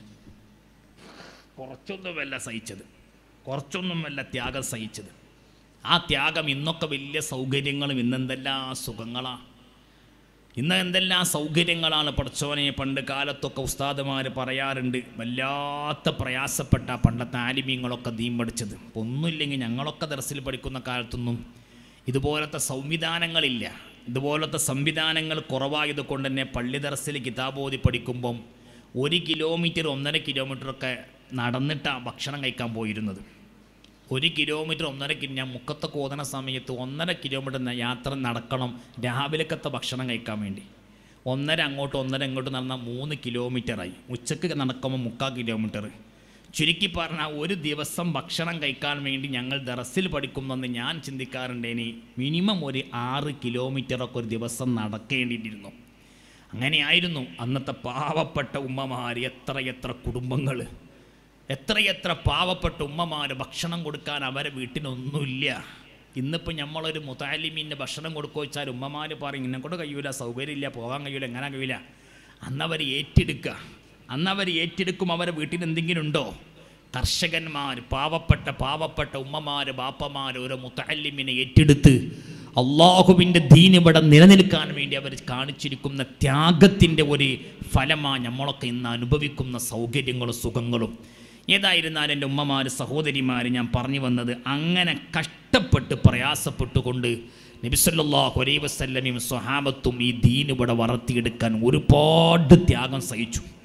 അങ്ങനെ മക്കത്ത് ജീവിക്കുന്ന അന്ന് ഉണ്ടായ ത്യാഗത്തിൻ്റെ ഒരു ചെറിയൊരു ഉദാഹരണം മാത്രമാണ് ഞാൻ പറഞ്ഞത്. ഇതേപോലെ നിരന്തരം ഓരോ സ്വഹാബികളും അനുഭവിച്ച് മദീനയിലേക്ക് വന്നു. സല്ലല്ലാഹു അലൈഹി വസല്ലമ അള്ളാഹുവിൻ്റെ റസൂല് മദീനത്ത് വന്നപ്പോൾ ശിഷ്ടൊക്കെ ഒന്ന് മാറി. മക്കയിലുള്ള അവസ്ഥയല്ല, ശിഷ്ടൊന്ന് നേരെ മാറി. മദീനക്കാർ റസൂലുള്ളാഹിനെ സ്വീകരിച്ചു. തോല അൽ ബദറു പാടി സ്വീകരിച്ചു. റസൂലുള്ളാഹി തങ്ങൾക്ക് വേണ്ടി സംവിധാനം ഒരുക്കിക്കൊടുത്തു. പരിശുദ്ധമാക്കപ്പെട്ട മസ്ജിദുൽ ഖുബ നിർമ്മിച്ചു, മസ്ജിദുൻ നബവി നിർമ്മിച്ചു. മസ്ജിദുൻ നബവിയിൽ ദറസ് ആരംഭിക്കുക, ദറസ് തുടങ്ങാൻ അന്ന് അവിടെ. ആ ദറസിൻ്റെ പാരമ്പര്യം നിലനിർത്തിക്കൊണ്ടാണ് മുത്തനൂർ അസ്ഹരിയയിൽ കുട്ടികൾ പഠിച്ചുകൊണ്ടിരിക്കുന്നത്. നിങ്ങളൊരു കാര്യം മാത്രം ഓർക്കുക, ഇത് നമ്മൾ നടത്തുന്നത് ഈ 90 വിദ്യാർത്ഥികളും 1, 2, 3, 4 കൊല്ലം കഴിഞ്ഞാൽ ഇവരൊക്കെ ബിരുദം വാങ്ങി സനത് വാങ്ങി ഇവർ ദീനീ പ്രബോധന മേഖലയിലേക്ക് ഇറങ്ങും. ഏതെങ്കിലും പള്ളിയിലെ ഖതീബുമാരായി, ഏതെങ്കിലും പള്ളിയിലെ മുദരിസുമാരായി, ഏതെങ്കിലും മദ്രസയിലെ സദറുസ്താദുമാരായി, ഏതെങ്കിലും മദ്രസയിലെ ഉസ്താദുമാരായി ആയിരക്കണക്കിന് കുട്ടികൾക്ക് ഇവർ അള്ളാഹുവിൻ്റെ ദീൻ പഠിപ്പിക്കാൻ ഇവർ മാർഗത്തേക്ക് ഇറങ്ങും. ഇതിൻ്റെ പാരമ്പര്യം എവിടുന്നാണ് വരുന്നത്? മദീന പള്ളിയിൽ നിന്ന് അള്ളാഹുവിൻ്റെ റസൂല് തുടങ്ങിയതാ സല്ലല്ലാഹു അലൈഹി വസല്ലം. നേരത്തെ ബഹുമാനപ്പെട്ട ഉസ്താദ് സൂചിപ്പിച്ചില്ല. അതുകൊണ്ട് തന്നെ ഏറ്റവും അല്ലാഹ് ബഹുമാനിക്കപ്പെട്ടത് ഇൽമിനെയാണ്. സ്വതക്ക ചെയ്താൽ ഏറ്റവും കൂലി കിട്ടുന്ന സ്വതക്ക ഏതാറിയും? നമ്മളിപ്പോൾ ഒരു 100 ഉറുപ്യ ബക്കറ്റ് കിട്ടുന്ന കരുതുക. ആ 100 ഉറുപ്യ ഒരു പാവപ്പെട്ടവന് കൊടുത്താലും മരണപ്പെട്ടവർ കൊടുത്താലും എത്തിങ്ങാനും കൊടുത്താൽ വേറെ ഏതെങ്കിലും മേഖലയിൽ കൊടുത്താലും ഒന്നും കിട്ടുന്ന കൂലിയല്ല ഇന്ന് കിട്ടുക. ഒരു മുതഅല്ലിമിന് ദീന് പഠിക്കാൻ വേണ്ടി കൊടുത്താൽ 9 ലക്ഷം കൂലിയാണ്. 1 ഉറുപ്യക്ക് അല്ലാഹു തആല നൽകുക എന്ന് മഹാന്മാരായിരിക്കുന്ന പണ്ഡിതന്മാർ നമ്മളെ പഠിപ്പിക്കുമ്പോൾ മുഅ്മിനീങ്ങളെ, നമ്മൾ ഈ ലക്ഷ്യം എന്തിനു വേണ്ടിയാ? നമ്മളൊന്ന് ഓർത്താൽ മതി, എനിക്ക് മരിച്ചോണം, നമുക്കൊക്കെ മരണപ്പെട്ടുകൊണ്ടേ. നമ്മളെല്ലാവരും ഈ ദുനിയാവിൽ എന്തെല്ലാം ഉണ്ടെങ്കിലും എത്ര ഉണ്ടെങ്കിലും ഏതുണ്ടെങ്കിലും നമ്മളൊക്കെ മരണപ്പെട്ട് ഇന്നല്ലെങ്കിൽ നാളെ പള്ളിപ്പറമ്പിൻ്റെ ഖബറാകുന്ന വീട്ടിലേക്ക് സുബ്ഹാന റബ്ബീ ദുന്നി ഉബൈദും മഅബദോ സൈദും സിയാദും മർതദോ ദോഖൈനു സഅദും ഖാനിദോ ആബോ ഹുസൈമത അബ്ദുല്ലാഹ് ലാ ഇലാഹ لا إله إلا الله لا إله إلا الله محمد رسول الله. എൻ്റെ ഉമ്മമാരുപ്പമാരെ മറക്കല്ല. ഇന്നല്ലെങ്കിൽ നാളെ മരണപ്പെട്ട് നമ്മളെല്ലാവരും കൊണ്ടുപോയി. ഇന്ന് മരണപ്പെടാണെങ്കിൽ നമ്മളോട് മരണപ്പെടാണെങ്കിൽ ഇന്ന് നിങ്ങൾ ആലോചിക്കും, നമ്മളെ നാട്ടിൽ ഒരാൾക്ക് ആക്സിഡന്റ് സംഭവിച്ചാൽ. കഴിഞ്ഞ ദിവസം ഞാൻ കൊണ്ടൂർ ഭാഗത്ത് പോയപ്പോൾ ഒരാൾ പറഞ്ഞതാണ് ആക്സിഡന്റ് സംഭവിച്ച കഥ. ഇതുപോലെ തന്നെയാ ഞാൻ അങ്ങോട്ട് പോയിക്കൊണ്ടിരിക്കുന്ന സമയം എന്നോടൊരാൾ പറയുന്നു, ഞങ്ങളുടെ നാട്ടിൽ വലിയതായിരിക്കുന്ന അപകടം സംഭവിച്ചു. 3 വിദ്യാർത്ഥികളാണ് ആക്സിഡന്റിൽ പരിക്ക് പറ്റിയത്. ഒരു കുട്ടി മരണപ്പെട്ടു, 2 മക്കൾ ഹോസ്പിറ്റലിലാ ചികിത്സയിലാണ്. വലിയതായിരിക്കുന്ന മേജർ ഓപ്പറേഷൻ വേണം, പ്രയാസങ്ങളാണ്, ബുദ്ധിമുട്ടാണ് എന്നൊക്കെ പറഞ്ഞുകൊണ്ട് ഞാൻ ഇങ്ങനെ വർത്തമാനം പറയുന്ന സമയം ആ ചെറുപ്പക്കാരൻ പറയുന്നു, ഉസ്താദേ പാവപ്പെട്ട കുടുംബത്തിൽപ്പെട്ടവരാ, കൂലിപ്പണിക്ക് പോകുന്ന പാവപ്പെട്ട ബാപ്പാന മോനാണ്, പാവപ്പെട്ട ഉമ്മാന മോനാ. എന്നിട്ട് അയാൾ പറയുന്ന പക്ഷേ സമ്പത്തിനൊരു പ്രയാസമില്ല, അപകടം സംഭവിക്കും, ഇത്ര രൂപ ഹോസ്പിറ്റലിൽ ആവശ്യമുണ്ടെന്ന് പറഞ്ഞപ്പോ 10-15 മിനിറ്റ് കൊണ്ട് നാട്ടുകാരെല്ലാരും കൂടെ പിരിവെടുത്തുകൊണ്ട് ആ സംഖ്യ സ്വരൂപിച്ചിരിക്കുന്നു. പൈസല്ല വേണ്ടത്, പ്രാർത്ഥനയാണ് വേണ്ടത്, രക്ഷപ്പെടാൻ ദുആർക്കണം എന്ന് പറയുമ്പോ ഞാനൊന്ന് ചോദിക്കട്ടെ, നമ്മളെ നാട്ടിൽ എന്ത് പ്രയാസമെന്നാണ് സഹായിക്കാൻ ആളുകളുണ്ട്. 32 കോടിയാണ് നമ്മളെ നാട്ടുകാരനാകിരിക്കുന്ന ഒരാൾക്ക് ദിവസങ്ങളെ കൊണ്ട് കേരളക്കരയിൽ നിന്ന് പിരിവെടുത്തുകൊണ്ട് നമ്മളെല്ലാവരും സഹായിച്ചതെങ്കിലേ 4 കോടി 5 കോടി വേണമെന്ന് പറയുമ്പോ അതൊക്കെ മലയാളികൾ സഹായിക്കാറുണ്ടല്ലോ. എന്നാ ഞാനൊന്ന് ചോദിക്കട്ടെ മുഅ്മിനേ, ഇന്ന് നമ്മളങ്ങ് മരണപ്പെട്ട അപകടത്തിനേക്കാൾ വലിയതായിരിക്കുന്ന രംഗമല്ലേ മരണപ്പെട്ടു പോവുക എന്ന് പറഞ്ഞ. മരണപ്പെട്ടാൽ ആ മരണപ്പെട്ട മയ്യത്തിന് വേണ്ടി ആരെങ്കിലും പിരിവെടുക്കാറുണ്ടോ? മരണപ്പെട്ട മയ്യത്തിന് വേണ്ടി ആരെങ്കിലും പിരിക്കാറുണ്ടോ? മരണപ്പെട്ട മയ്യത്തിന് വേണ്ടി ആരെങ്കിലും എന്തെങ്കിലും കൊടുക്കാറുണ്ടോ? നമ്മളെ മാമൂനനുസരിച്ച് കൊണ്ട് മരണപ്പെട്ട് വീട്ടിലേക്ക് വരുന്നു, നിസ്കരിക്കുന്നു, പോകുന്നു, മണ്ണിട്ട് പോടുന്നു, കഴിയുന്നു. പക്ഷേ പള്ളിപ്പറമ്പിൽ കിടക്കുന്ന കബറാളിയായ കിടക്കുന്ന മനുഷ്യന്റെ ജീവിതം അവിടുന്ന് ആരംഭിക്കുന്നേ ഉള്ളൂ. കബറാകുന്ന വീട്ടിലേക്ക് ഇറക്കി വെച്ചുകൊണ്ട് കബറിന്റെ മേലെ മൂടുകല്ല് വെച്ച് മൂടി 3 പിടുത്ത മണ്ണുമാര് കബറിന്റെ മേലെ ഇടുമ്പോ നമ്മളെല്ലാരും പറയുന്ന വാക്കുണ്ട്, മിൻ خلقناكو وفي نعيدكو ومن نخرجكو تارة أخرى. എപ്പോഴും ഓർക്കാറുണ്ട്, മാനസികമായി ജീവിക്കുന്ന ഒരാള്, മാനസിക രോഗത്തിന് മരുന്ന് കഴിക്കുന്ന ഒരാള്, അദ്ദേഹത്തിന് ഉറക്ക് കിട്ടണമെങ്കിൽ മരുന്ന് കഴിക്കൽ നിർബന്ധമാ. അയാള് മാനസിക രോഗി എങ്ങനെയാണ് ആയിട്ടുള്ളത്? അദ്ദേഹത്തിന്റെ വീട്ടിലേക്ക് പുതിയതായിരിക്കുന്ന ഒരു കാറ് വാങ്ങി ആദ്യമായിട്ട് ഒരു കാറുമായിട്ട് അദ്ദേഹത്തിന്റെ വീട്ടിലേക്ക് വരുന്നു. മക്കളും പേരക്കുട്ടികളും മക്കളും അതുപോലെ ഭാര്യയും എല്ലാവരും വന്നു. എല്ലാവരും റാഹത്തോടെ കാറ് കാണുന്നു, കാറിൽ കയറുന്നു, ഫോട്ടോ എടുക്കുന്നു, ഒക്കെ ചെയ്യുന്നു. എല്ലാം കഴിഞ്ഞുകൊണ്ട് കാർ സെഡിലേക്ക് മാറ്റിയിടാ. ഈ മനുഷ്യൻ കാറിൽ കയറിക്കൊണ്ട് റിവേഴ്സ് എടുത്തുകൊണ്ട് കാർ സെഡിലേക്ക് മാറ്റിടാൻ നിൽക്കുമ്പോ അദ്ദേഹത്തിന്റെ ചെറുകിതായിരിക്കുന്ന പൊന്നുമോ 11 വയസ്സ് പ്രായമായിരിക്കുന്ന പൊന്നുമോളില്ലേ, ആ കാറിന്റെ പിറകിലൂടെ അങ്ങോട്ട് വന്നതാകിരുന്നു. ഉപ്പ പിറകിലേക്ക് എടുക്കുമെന്ന ബോധം മോക്കില്ല, എന്റെ മോള് പിറകിലുണ്ടെന്ന ബോധം ബാപ്പാക്കുമില്ല. കാറതാ പൊന്നുമോളെ ശരീരത്തിലൂടെ കയറുമ്പോ പൊന്നുമോള് മരണപ്പെട്ടു പോയി. ലോകം വല്ലാതെ വേദനിച്ചിരുന്ന മരണമാകിരുന്നു. ആ മരണപ്പെട്ട വീട്ടിലേക്ക് ഞാൻ ചെന്നു. മരണപ്പെട്ട മയ്യത്തിന്റെ കൂടെ പോയി നിസ്കാരം കഴിഞ്ഞു. ആ മരണപ്പെട്ട മയ്യത്ത് ഖബറിലേക്ക് ഇറക്കി വെക്കാ കൊണ്ടുവരുമ്പോ ഈ ബാപ്പയുടെ കണ്ണെന്നൊലിക്കുന്ന കണ്ണുനീരിന് പകരം ഞാൻ എന്നെ കണ്ണുകൊണ്ട് കണ്ടതാ. കണ്ണീരിന് പകരം രക്തം ഒലിക്കുന്നോകംന്നവരെ തോന്നിപ്പോയി.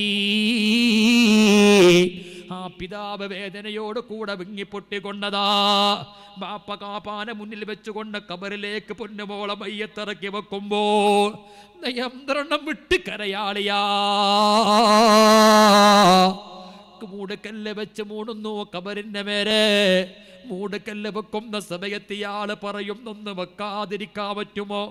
കുറച്ചും കൂടെ സമയം വെക്കാൻ പറ്റുമോ? കുറച്ചും കൂടെ സമയം എൻ്റെ മോളെനിക്കൊന്ന് കാണാൻ പറ്റുമോ? എനിക്ക് എൻ്റെ പൊന്നുമോക്കൊരു ചുമ്മനം കൊടുക്കാൻ പറ്റുമോ? നിയന്ത്രണം വിട്ട് പൊട്ടിക്കരയുന്ന ഇയാളോടില്ലേ. അവസാന നാട്ടിലുള്ള ഉസ്താദമാരൊക്കെ പറയുന്ന മണ്ണിട്ട് കൊണ്ട് ഖബറിന്റെ മേലെ മൂടാ. ഇയാള് പറയുന്ന എനിക്ക് ധൈര്യമില്ല, എന്റെ മോളെ കടത്തിയ ഖബറിന്റെ മേലെ മണ്ണിടാ എനിക്ക് കഴിയുകയില്ല. മരണപ്പെട്ടിട്ട് 5-6 കൊല്ലായി. ഇപ്പോഴും അയാൾ അബോധാവസ്ഥയിലാണ്, ഇപ്പോഴും അയാൾ ബോധമില്ലാത്ത അവസ്ഥയിലാണ്. ഇപ്പോഴും അയാൾ മാനസിക രോഗത്തിന് മരുന്ന് കുടിക്കുന്നവരാ, മാനസിക രോഗത്തിന് മരുന്ന് കഴിക്കുന്നവരാ. മുഅ്മിനീങ്ങളെ, പരിചയമുള്ളത് കൊണ്ട് പലവട്ടം ഞാൻ ആ വീട്ടിൽ പോകേണ്ടി വന്നിട്ടുണ്ട്. ഒരുപാട് പ്രയാസം സഹിച്ചിരിക്കുന്ന ഒരു ദിവസം ഞാൻ ഈ വീട്ടിലേക്ക് ചെന്നപ്പോ അയാള് പറയുന്നു, ഉസ്താദേ വലിയൊരു വീടാ, വലിപ്പമുള്ള വീടാ, കുറെ റൂമുകളുണ്ട്. എന്റെ പൊന്നുമോള് കിടക്കുന്നത് ഞങ്ങളുടെ നാട്ടിലെ പള്ളിപ്പറമ്പിലെ പള്ളിക്കാട്ടിന്റെ ഉള്ളിലാ. നിങ്ങളെ ബാപ്പ മരണപ്പെട്ട ബാപ്പാനെ പള്ളിപ്പറമ്പിൽ കൊണ്ടുപോയി കിടത്തു, എന്നെ പള്ളിപ്പറമ്പിൽ കൊണ്ടുപോയി കിടത്തു. ഞാനുണ്ടാക്കിയിരിക്കുന്ന വീട്ടിലല്ല എന്നെ കിടത്തുക, എന്റെ കാറിലല്ല എന്നെ കൊണ്ടുപോവുക.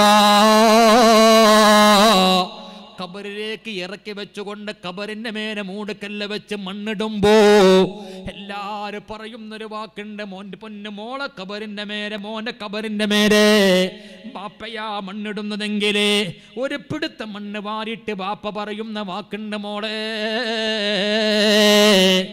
എന്റെ പൊന്നുമോക്ക് കിടക്കാൻ എന്റെ വീട്ടിൻ്റെ അകത്ത് സ്ഥലമില്ലാഞ്ഞിട്ടില്ല. മോളെ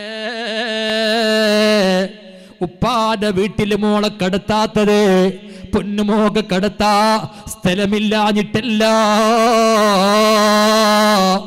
മോളോട് എനിക്ക് ദേഷ്യമുള്ളത് കൊണ്ടല്ല, മോളോട് ഇഷ്ടമില്ലാഞ്ഞിട്ടല്ല. മോളെ നിന്നെ നോക്കി മടുത്തിട്ടല്ല. ഈ പള്ളിപ്പറമ്പിന്റെ ഖബറിലേക്ക് എന്റെ പൊന്നുമോളെ ഞാൻ ഇറക്കി വെക്കുന്നത് 3 പിടുത്ത മണ്ണ് വാരി. ഒന്നാമത്തെ പിടുത്തത്തിൽ പറയുന്ന വാക്ക് മിൻആ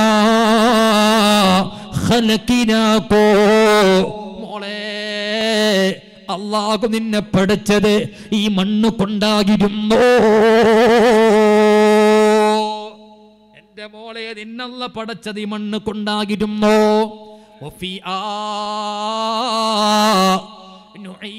നീ മണ്ണിലേക്ക് തന്നെയാണ് എന്റെ പൊന്നുമോള് മടങ്ങിയെത്തിയിട്ടുള്ളത്.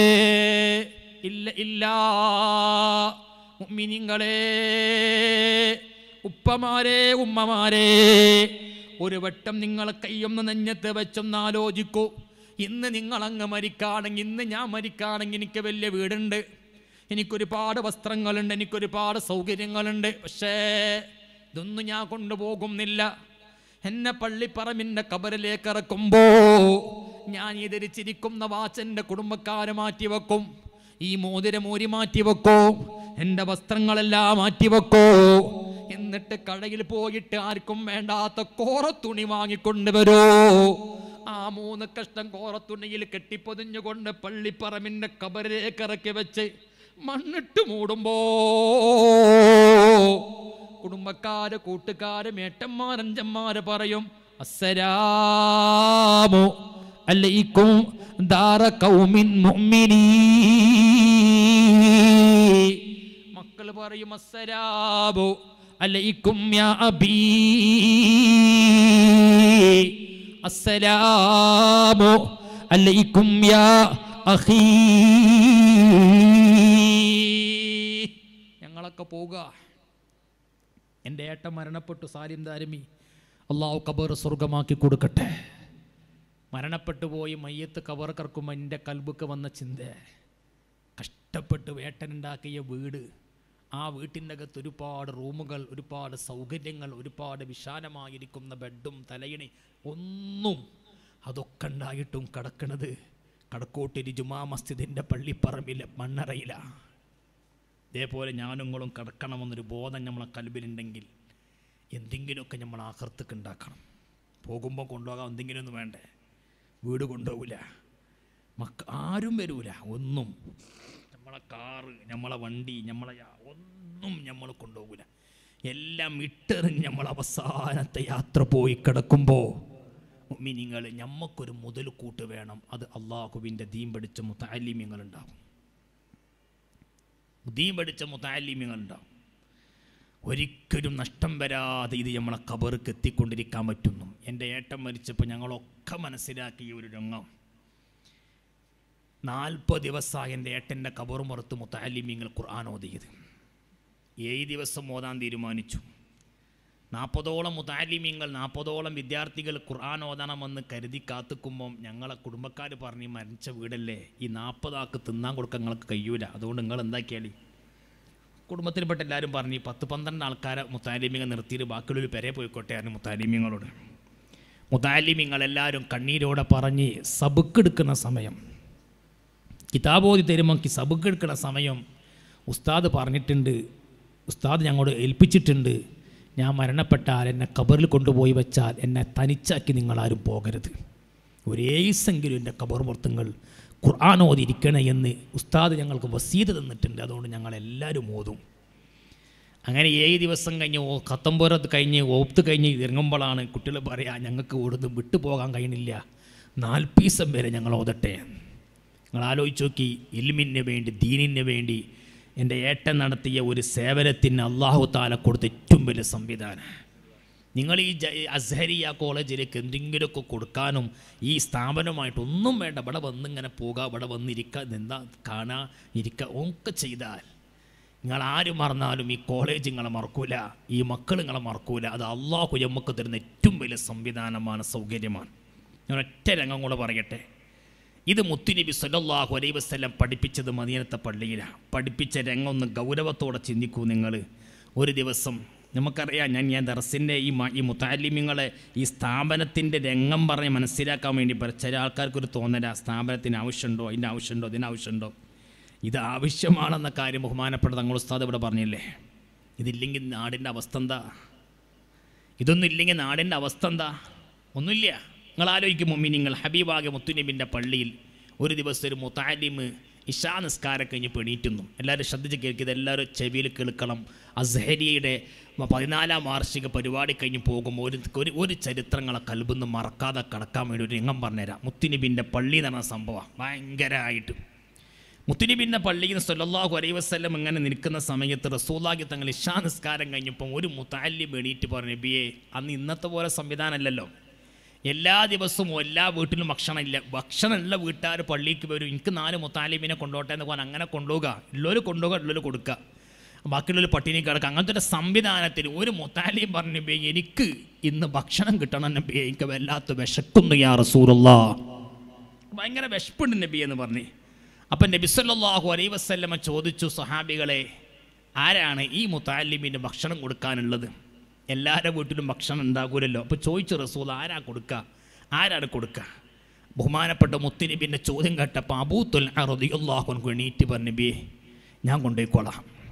അല്ലാഹുവിൻ്റെ റസൂലിന് ഭയങ്കര സന്തോഷമായി, മുത്തഅല്ലിമിനെ ഏൽപ്പിച്ചു കൊടുത്തു. അബൂ ത്വൽഅ ഈ കുട്ടിനെ ഏറ്റെടുക്കുമ്പോൾ ഭയങ്കര പേടി മനസ്സിലുണ്ട്, കൽബ് ടെൻഷനുണ്ട്. എന്തേ, പെരേര് വീട്ടിൽ ഭക്ഷണം ഉണ്ടോയെന്ന് അബൂ ത്വൽഅക്ക് അറിയില്ല. ഉണ്ടാകുമെന്നൊരു ധൈര്യത്തിലാണ് ഏറ്റെടുത്തതാ. ഇനി പോയിട്ട് ഉണ്ടോ ഇല്ലെന്നോ അറിയണമല്ലോ. അബൂ ത്വൽഅ മുത്തഅല്ലിമിൻ്റെ കയ്യും പിടിച്ച് വീട്ടിലേക്ക് ചെന്നു.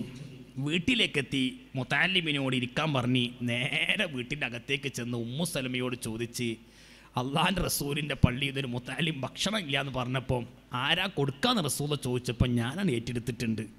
ഒരു വലിയ ധൈര്യത്തിൽ ഏറ്റെടുത്തത്. അവിടെ എന്തെങ്കിലും ഭക്ഷണം ഉണ്ടാക്കിയിട്ടുണ്ടോ, ഇവിടെ ഉണ്ടോ നിങ്ങൾക്ക് അറിയില്ല, ആണ് ഏറ്റെടുത്തിട്ടുണ്ട് പറഞ്ഞു. അപ്പോൾ ഉമ്മു സലമ പറഞ്ഞ്, ഏറ്റെടുത്തത് നന്നായി, ഇവിടെ ഭക്ഷണം ഉണ്ട്, പക്ഷെ ഒരു പ്രശ്നമുണ്ട്, ഒരാൾക്കുള്ള ഭക്ഷണമേ ഉള്ളൂ. ഈ വീട്ടിനകത്ത് ഒരാൾക്കുള്ള ഭക്ഷണമേ ഉള്ളൂ.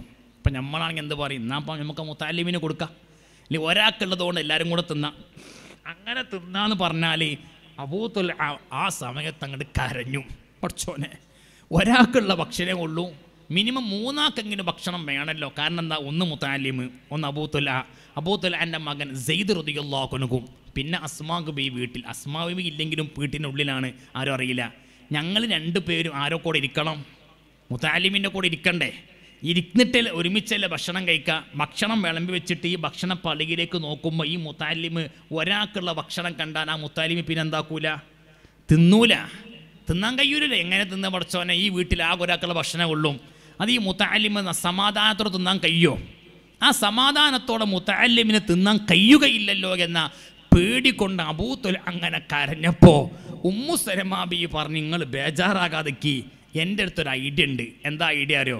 ഞാൻ ഭക്ഷണമൊക്കെ വിളമ്പി റെഡിയാക്കി വെക്കും. വെച്ചതിന് ശേഷം നിങ്ങൾ എന്ത് ചെയ്യുക, ആ മുത്തഅല്ലിമിനെ വിളിച്ച് നിങ്ങൾ 3 ആളും ഒരുമിച്ച് ഭക്ഷണം കഴിക്കാൻ വേണ്ടി വരിക.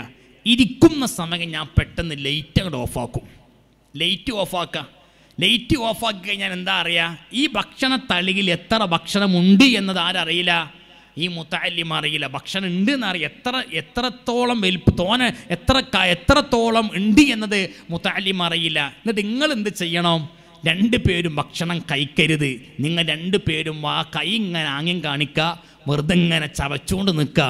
ഉള്ള ഭക്ഷണം അദ്ദേഹത്തിൻ്റെ മുമ്പിലേക്ക് നീട്ടിക്കൊടുക്കുക. സുബ്ഹാന റബ്ബീ ومحمد ومجمدر ومحمد ذهبي معاذ عائد أبو حذيفة عبد الله لا إله إلا الله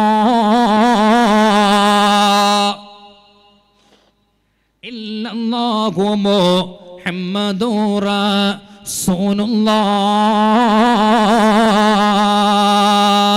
എൻ്റെ വയല് കേൾക്കുന്ന ഉമ്മമാരെ, ഉപ്പമാരെ, ഇവിടെ വന്നിരിക്കുന്ന ഒരുപാട് രക്ഷിതാക്കന്മാരില്ലേ, എൻ്റെ മോനെ പഠിക്കുന്നത് അസ്ഹരിയ അറബി കോളേജിലാ. അഭിമാനിച്ചോളൂ. അല്ലാഹുവിൻ്റെ ദീന് പഠിക്കുന്ന മുത്തഅല്ലിമിൻ്റെ ഉമ്മയാ നിങ്ങള്. അല്ലാഹുവിൻ്റെ ദീന് പഠിക്കുന്ന മുത്തഅല്ലിമിൻ്റെ ഉപ്പയാ നിങ്ങള്. മുത്തഅല്ലിമിൻ്റെ മഹത്വം തിരിയാനും മുത്തഅല്ലിമീങ്ങളെ മഹത്വം മനസ്സിലാക്കാനും പറയാ. അല്ലാഹുവിൻ്റെ ദീന് പഠിക്കുന്ന മുത്തഅല്ലിമീങ്ങളെ ബാപ്പമാർ ഇവിടെ ഉണ്ടാകുമല്ലോ, ഉമ്മമാരുണ്ടാവുക ഇല്ലേ? ബഹുമാനപ്പെട്ട മുത്തുനബി സല്ലല്ലാഹു അലൈഹി വസല്ലമ പറഞ്ഞിരിക്കുന്ന മുത്തഅല്ലിമിനെ ഭക്ഷണമായിട്ട് വരുന്നു ബഹുമാനപ്പെട്ട അബൂ ത്വൽഅ. ഭക്ഷണം അതാ വിളമ്പി വെച്ചിരിക്കുന്നു. അങ്ങനെ ഭക്ഷണം വിളമ്പി വെക്കുന്നു. ബഹുമാനപ്പെട്ട അബൂ ത്വൽഅ മുത്തഅല്ലിമിനെ വിളിച്ചു. അങ്ങനെ മുത്തഅല്ലിം അതാ വരുന്നു. ബഹുമാനപ്പെട്ട അബൂ ത്വൽഅന്റെ മകനായിരിക്കുന്ന സയ്യിദ് റളിയല്ലാഹു അൻഹു വന്നു. അങ്ങനെ 3 പേരും അതാ ഒരുമിച്ച് ഭക്ഷണം കഴിക്കാനങ്ങ് വരുമ്പോ ബഹുമാനപ്പെട്ട ഉമ്മു സലമ ബീവി റളിയല്ലാഹു അൻഹ വീട്ടിൻ്റെ അകത്തുള്ള ലൈറ്റ് ഓഫാക്കാൻ തുടങ്ങി. ലൈറ്റ് ഓഫാക്കാൻ തുടങ്ങിയപ്പോഴാണ് മുത്തഅല്ലിം മനസ്സിലാക്കും, നീ വീട്ടിൽ ഭക്ഷണം കഴിക്കുമ്പോൾ ലൈറ്റ് ഇടാറില്ല, ആവശ്യമില്ലല്ലോ, ലൈറ്റിൻ്റെ ആവശ്യമില്ലല്ലോ. 3 പേരും ഒരുമിച്ച് തിന്നാനങ്ങ് തുടങ്ങുന്നു. ഭക്ഷണത്തിൻ്റെ പാത്രത്തിൽ എത്ര ഭക്ഷണമുണ്ടെന്നത് ഈ മുത്തഅല്ലിമിന് അറിയുന്നില്ല. തിന്നാൻ പറയുന്നു. അങ്ങനെ 3 പേരും തിന്നാനിരുന്നു. മുത്തഅല്ലിമിന്റെ മുമ്പിലേക്ക് ഭക്ഷണം 2 പേരും നീട്ടിക്കൊടുക്കുന്നു. അബൂ തുൽഅ ഭക്ഷണം കഴിച്ചിട്ടില്ല, സയ്യിദ് റളിയല്ലാഹു അൻഹു കഴിച്ചിട്ടില്ല. 2 പേരും അതാ കൈകളെ കൊണ്ടാങ്ങം കാണിക്കുന്നു, ചവച്ചുകൊണ്ടിരിക്കുന്നു. ഈ മുത്തഅല്ലിമിന്റെ മനസ്സിലാകാതെ മുത്തഅല്ലിമു വയറ് നിറച്ച് ആ ഭക്ഷണം ഉള്ളായിട്ട് മുഴുവനായിട്ട് പൂർണ്ണമായിട്ട് തിന്നോ. വയറൊക്കെ നിറഞ്ഞുകൊണ്ട് ദുആ ചെയ്തുകൊണ്ട് സലാം പറഞ്ഞ് വീട്ടിൽ നിന്നിറങ്ങി പോകുന്നു. ബഹുമാനപ്പെട്ട അബൂ തുൽഅയും ഉമ്മു സലമയും സയ്യിദ് റളിയല്ലാഹു അൻഹു വീട്ടിൽ പച്ചവെള്ളം കുടിച്ച് കിടക്കാ. അന്ന് വീട്ടിൻ്റെ അകത്ത് വേറെ ഭക്ഷണമില്ല. അവരവിടെ കിടക്കുന്നു. ഉമ്മമാരെ അല്പം കയ്യും ഉറക്കെ വരുന്നില്ല, തിരിഞ്ഞും മറഞ്ഞും കിടക്കാൻ തുടങ്ങി. ചുരുക്കി പറഞ്ഞാൽ അല്ലാഹുവിന്റെ പള്ളിയും സുബ്ഹിന്റെ ബാങ്ക് വിളിക്കുമ്പോ ഈ വീട്ടുകാരനായിരിക്കും അബൂ തുൽഅയും ബഹുമാനപ്പെട്ട സയ്യിദ് റളിയല്ലാഹു അൻഹും കൂടെ പുറപ്പെടുകയാണ് അവിടേക്ക്. അല്ലാഹുവിന്റെ ഹബീബിന്റെ പള്ളിയിലേക്ക് സുബ്ഹി നിസ്കരിക്കാൻ പുറപ്പെടുമ്പോ മോന്റെ കയ്യും പിടിച്ച് ബാപ്പ അങ്ങനെ പോകുമ്പോഴാണ് സയ്യിദ് റളിയല്ലാഹു അൻഹു പറയുന്ന, ഉപ്പാ എനിക്ക് നടക്കാൻ കഴിയുന്നില്ല ഉപ്പാ, വിശപ്പിന്റെ കാഠിന്യം കൊണ്ട് നടക്കാൻ പറ്റുന്നില്ല ഉപ്പാ. പോകുന്ന വഴിയിൽ അവിടെയും ഇവിടെ ഇരുന്നിങ്ങനെ ഒരുപാട് പ്രയാസപ്പെട്ട് പള്ളിയിലേക്ക് എത്തിയപ്പോൾ പള്ളിയിലെ ജമാഅത്ത് തുടങ്ങിയിട്ടുണ്ട്, നിസ്കാരം ആരംഭിച്ചിട്ടുണ്ട്. അല്ലാഹുവിന്റെ റസൂൽ ജമാഅത്തിന്റെ ഇമാമായി നിസ്കരിക്കുന്നു. മുത്തുനബിന്റെ ജമാഅത്തിന്റെ ഏറ്റവും അവസാന സഫിൽ അബൂ തുൽഅയും സയ്യിദ് റളിയല്ലാഹു അൻഹു നിൽക്കുകയാ. നിസ്കാര സലാം വീട്ടുന്നു, ദിക്റും ദുആകളും കഴിയുന്നു. പതിവില്ലാതെ റസൂലുള്ളാഹി എണീറ്റോ. പതിവില്ലാതെ റസൂലുള്ളാഹി എണീക്കുന്നു. എണീറ്റുകൊണ്ട് മുത്തുനബി അതാ പള്ളിയിലേക്ക് നിസ്കരിക്കാമെന്ന് ഓരോരുത്തരുടെ മുഖത്തേക്ക് മാറി മാറി നോക്കുമ്പോഴാണ് സിദ്ദീഖ് തങ്ങൾ ചോദിക്കുന്നു, നബിയേ ആരെയാ നിങ്ങൾ നോക്കുന്നത്, ആരെയാണ് അന്വേഷിക്കുന്നത്? റസൂലുള്ളാഹി ചോദിക്കുന്ന, സിദ്ദീഖേ നമ്മൾ അബൂ തുൽഅ എവിടെ? അയ്ന അബൂ തുൽഅ? ഇത് കേട്ടപ്പോൾ മദീന പള്ളിയിൽ അവസാനത്തെ സൊഫി നിൽക്കുന്ന അബൂ തുൽഅ പറയുന്നു, നബിയേ ഞാൻ ഇവിടെ ഉണ്ട് നബിയേ, ഒന്നിന്റെ അടുത്തേക്ക് വാ അബൂ തുൽഅ. അബൂ തുൽഅ മുത്തുനബിന്റെ മുമ്പിലേക്ക് ചെന്നു. റസൂൽ അബൂ തുൽഅനെ കെട്ടിപ്പിടിച്ചുകൊണ്ട് ചോദിക്കും, അബൂ തുൽഅ നിങ്ങൾക്ക് വിശക്കുന്നില്ലേ? നിങ്ങൾക്ക് ക്ഷീണമില്ലേ? ഇന്നലെ രാത്രി നിങ്ങൾ ഭക്ഷണം കഴിച്ചിട്ടില്ലല്ലോ. നിങ്ങളെ വീട്ടിനകത്ത് ഒരാൾക്കുണ്ടാക്കിയ ഭക്ഷണം ആ പാവപ്പെട്ട മുതഅല്ലിമിന് കൊടുത്തില്ല അബൂ തുൽഅ. ഇതങ്ങ് ചോദിക്കുമ്പോഴേ മുത്തുനബിന്റെ ചോദ്യം കേട്ട് സ്വഹാബികൾ കരയുന്നു. അബൂ തുൽഅന്റെ കണ്ണ് നിറഞ്ഞിട്ട് പറയുന്നു, നബിയേ ഇന്നലെ പട്ടിണി കിടന്നു ശരിയാ, ഭക്ഷണം ഞാൻ അബൂ തുൽഅ മുതഅല്ലിമിന് കൊടുത്തു ശരിയാ, നബിയേ ഈ വിവരം ഞാനും എൻ്റെ മകനും എൻ്റെ ഭാര്യയുമല്ലാതെ വേറൊരാളും അറിഞ്ഞിട്ടില്ലല്ലോ. നിങ്ങൾ എങ്ങനെ അറിഞ്ഞു യാ റസൂലല്ലാഹ്? ഹബീബായിരിക്കും റസൂലുള്ളാഹിനെ കണ്ണ് നിറഞ്ഞുകൊണ്ട് പറയുന്ന അബൂ തുൽഅ, ഞാൻ മാത്രമല്ല അറിഞ്ഞത്, ലൈറ്റ് ഓഫാക്കി ആ മുതഅല്ലിമിന് ഭക്ഷണം കൊടുത്തില്ലേ? ലൈറ്റ് ഓഫാക്കി മുതഅല്ലിമിന് ഭക്ഷണം കൊടുത്തില്ലേ? ഈ രംഗമതാ മുതഅല്ലിമിന് വയറ് നിറക്കാ. നിങ്ങൾ പട്ടിണി കിടന്നില്ലേ? മുതഅല്ലിമിന്റെ മനസ്സിന് പൂർണ്ണമായി റാഹത്തോടെ തിന്നാൻ ലൈറ്റ് ഓഫാക്കി തിന്നാൻ കൊടുത്തില്ലേ? ഈ വിവരം അല്ലാഹു മലക്കളെ വിളിച്ച് കാണിച്ചു കൊടുത്തു അബൂ തുൽഅ. ആകാശലോകത്തുള്ള മലക്കളോട് മൊത്തം അല്ലാഹു പറഞ്ഞു. അങ്ങനെ ഇന്നലെ രാത്രിയില്ലേ ബഹുമാനപ്പെട്ട മലക്കൾ നിങ്ങളെ വീട്ടിലേക്ക് ഇറങ്ങി വന്നോ? ഇന്നലെ രാത്രി നിങ്ങളെ വീട്ടിന്റെ മുമ്പില് തിക്കും തിരക്കുമാകിരുന്നോ? മലക്കുകൾക്ക് നിങ്ങളെ കൈപിടിക്കാ, മലക്കൾക്ക് നിങ്ങളെ കൈപിടിക്കാ. തിക്കും തിരക്കുമാകിരുന്നു അബൂതുൽആ. ഇതാണ് മുതഅല്ലിമീങ്ങൾക്ക് ഭക്ഷണം കൊടുത്താൽ കിട്ടുന്ന കൂലി. അത് മറ്റുള്ള ഒന്നിനേക്ക് കൊടുക്കും പോലല്ല, അത് ദീൻ ഇവിടെ നിലനിൽക്കാൻ വേണ്ടിയാണ്. ഒരു മുതഅല്ലിമിന് തിന്നാൻ കൊടുത്താൽ ആ മുതഅല്ലിമ് ദീൻ പഠിക്കും, ദീൻ പഠിച്ച മുതഅല്ലിമ് മറ്റുള്ളവർക്ക് ദീൻ പഠിപ്പിച്ചു കൊടുക്കും. അങ്ങനെ ആ പഠിപ്പിച്ചവൻ്റെ ശിഷ്യന്മാരായി ആയിരക്കണക്കിന് വേറെ ശിഷ്യന്മാർ വരും. അങ്ങനെ ഖിയാമത്ത് നാൾ വരെ അള്ളാഹിൻ്റെ ദീൻ ഇവിടെ നിലനിൽക്കൽ നിർബന്ധമായൊരു ഒരു വിഷയമാണ് ഈ ദർസും കോളേജൊക്കെ. അതുകൊണ്ട് മുഅ്മിനീങ്ങളെ, ഞാൻ ഒറ്റ കാര്യം അതിൻ്റെ മഹത്വങ്ങളൊക്കെ പറഞ്ഞെന്ന് ഉമ്മമാരൊക്കെ സന്തോഷിക്കുക. ഇവിടെ കുറേ രക്ഷിതാക്കന്മാരുണ്ടാകുമല്ലോ, എൻ്റെ മോൻ പഠിക്കുന്ന സ്ഥാപനം, പഠിച്ചോനെ നിങ്ങളൊക്കെ ദ്വാരന്നോളി, നിങ്ങളെ മക്കളൊക്കെ ആലിമീങ്ങളായി കിട്ടാൻ വേണ്ടി. ഒരു ആലിമിൻ്റെ ഉമ്മ എന്ന് പറഞ്ഞാൽ, ഒരു ആലിമിൻ്റെ ഉപ്പെന്ന് പറഞ്ഞാൽ അതിനേക്കാൾ വലിയ സന്തോഷം ലോകത്ത് വേറൊന്നും കിട്ടാനില്ല ഉമ്മമാരെ ഉപ്പമാരെ. പക്ഷേ ആലിമീങ്ങളാക്കാൻ കഴിയാത്ത ഉമ്മമാർ ഉപ്പമാർ കൂട്ടത്തിലുണ്ടാകും. എൻ്റെ മകൻ ആലിമാക്കാൻ കഴിഞ്ഞിട്ടില്ല. അവിടെയാണ് ചിന്തിക്കാൻ റസൂൽ പറഞ്ഞ് കുൻ ആലിമൻ ഔ മുതഅല്ലിമൻ ഔ മുസ്തമിഅൻ ഔ മുഹിബ്ബൻ ഫലാ തകുൻ ഖാമിസ. കഴിയുമെങ്കിൽ ആലിമാകാ, അല്ലെങ്കിൽ മുതഅല്ലിമാകാ, അല്ലെങ്കിൽ ഇൽമിനെ കേൾക്കുന്നവരാകാം. അപ്പം നമ്മളൊക്കെ ഇൽമ കേൾക്കുന്നവരാ. ഔ മുഹിബ്ബ, അല്ലെങ്കിൽ ഇൽമിനെ ഇഷ്ടപ്പെടുന്നവരാകാം. ഞാൻ ഇൻഷാ അല്ലാഹ് ബഹുമാനപ്പെട്ട ഉമർ ഉസ്താദ് ഇവിടെ വന്ന് ദിക്ർ ചൊല്ലി ദുആ ചെയ്യുന്നതാ. അതിൻ്റെ മുമ്പും ബർക്കത്തിന് വേണ്ടി പണ്ട് കാലത്തെ നമ്മളൊക്കെ വഅലിൻ്റെ മജ്ലിസുകളിൽ വഅല് പറഞ്ഞുകൊണ്ട് ഹബീബാകെ മുത്തുനബി സ്വല്ലല്ലാഹു അലൈഹി വസല്ലമ തുടങ്ങി വെച്ച സിസ്റ്റമാണ് ദീന് പറഞ്ഞു കൊടുത്ത് എന്തെങ്കിലുമൊക്കെ സ്വതക്ക ചോദിക്കുക എന്നത്. നിങ്ങളെല്ലാ ഉമ്മമാരും സഹോദരിമാരും ഈ അസ്ഹരിയ കോളേജിനെ അകമഞ്ഞ് സഹായിക്കുന്നവരാ. നിങ്ങളൊക്കെ എല്ലാവരും അകമഞ്ഞ് സഹായിക്കുന്നവരാണെന്ന് എനിക്കറിയാം. ആ സഹായം കൊണ്ടാണ് ഈ കാണുന്ന ബിൽഡിംഗ് ഈ രൂപത്തിലേക്ക് എത്തി നിൽക്കുന്നത്. ഒരു ബാച്ച് ഇവിടെ ഇറങ്ങി പുതിയ 90ഓളം വിദ്യാർത്ഥികൾ ഇപ്പോൾ പഠിച്ചുകൊണ്ടിരിക്കുന്നുണ്ട്.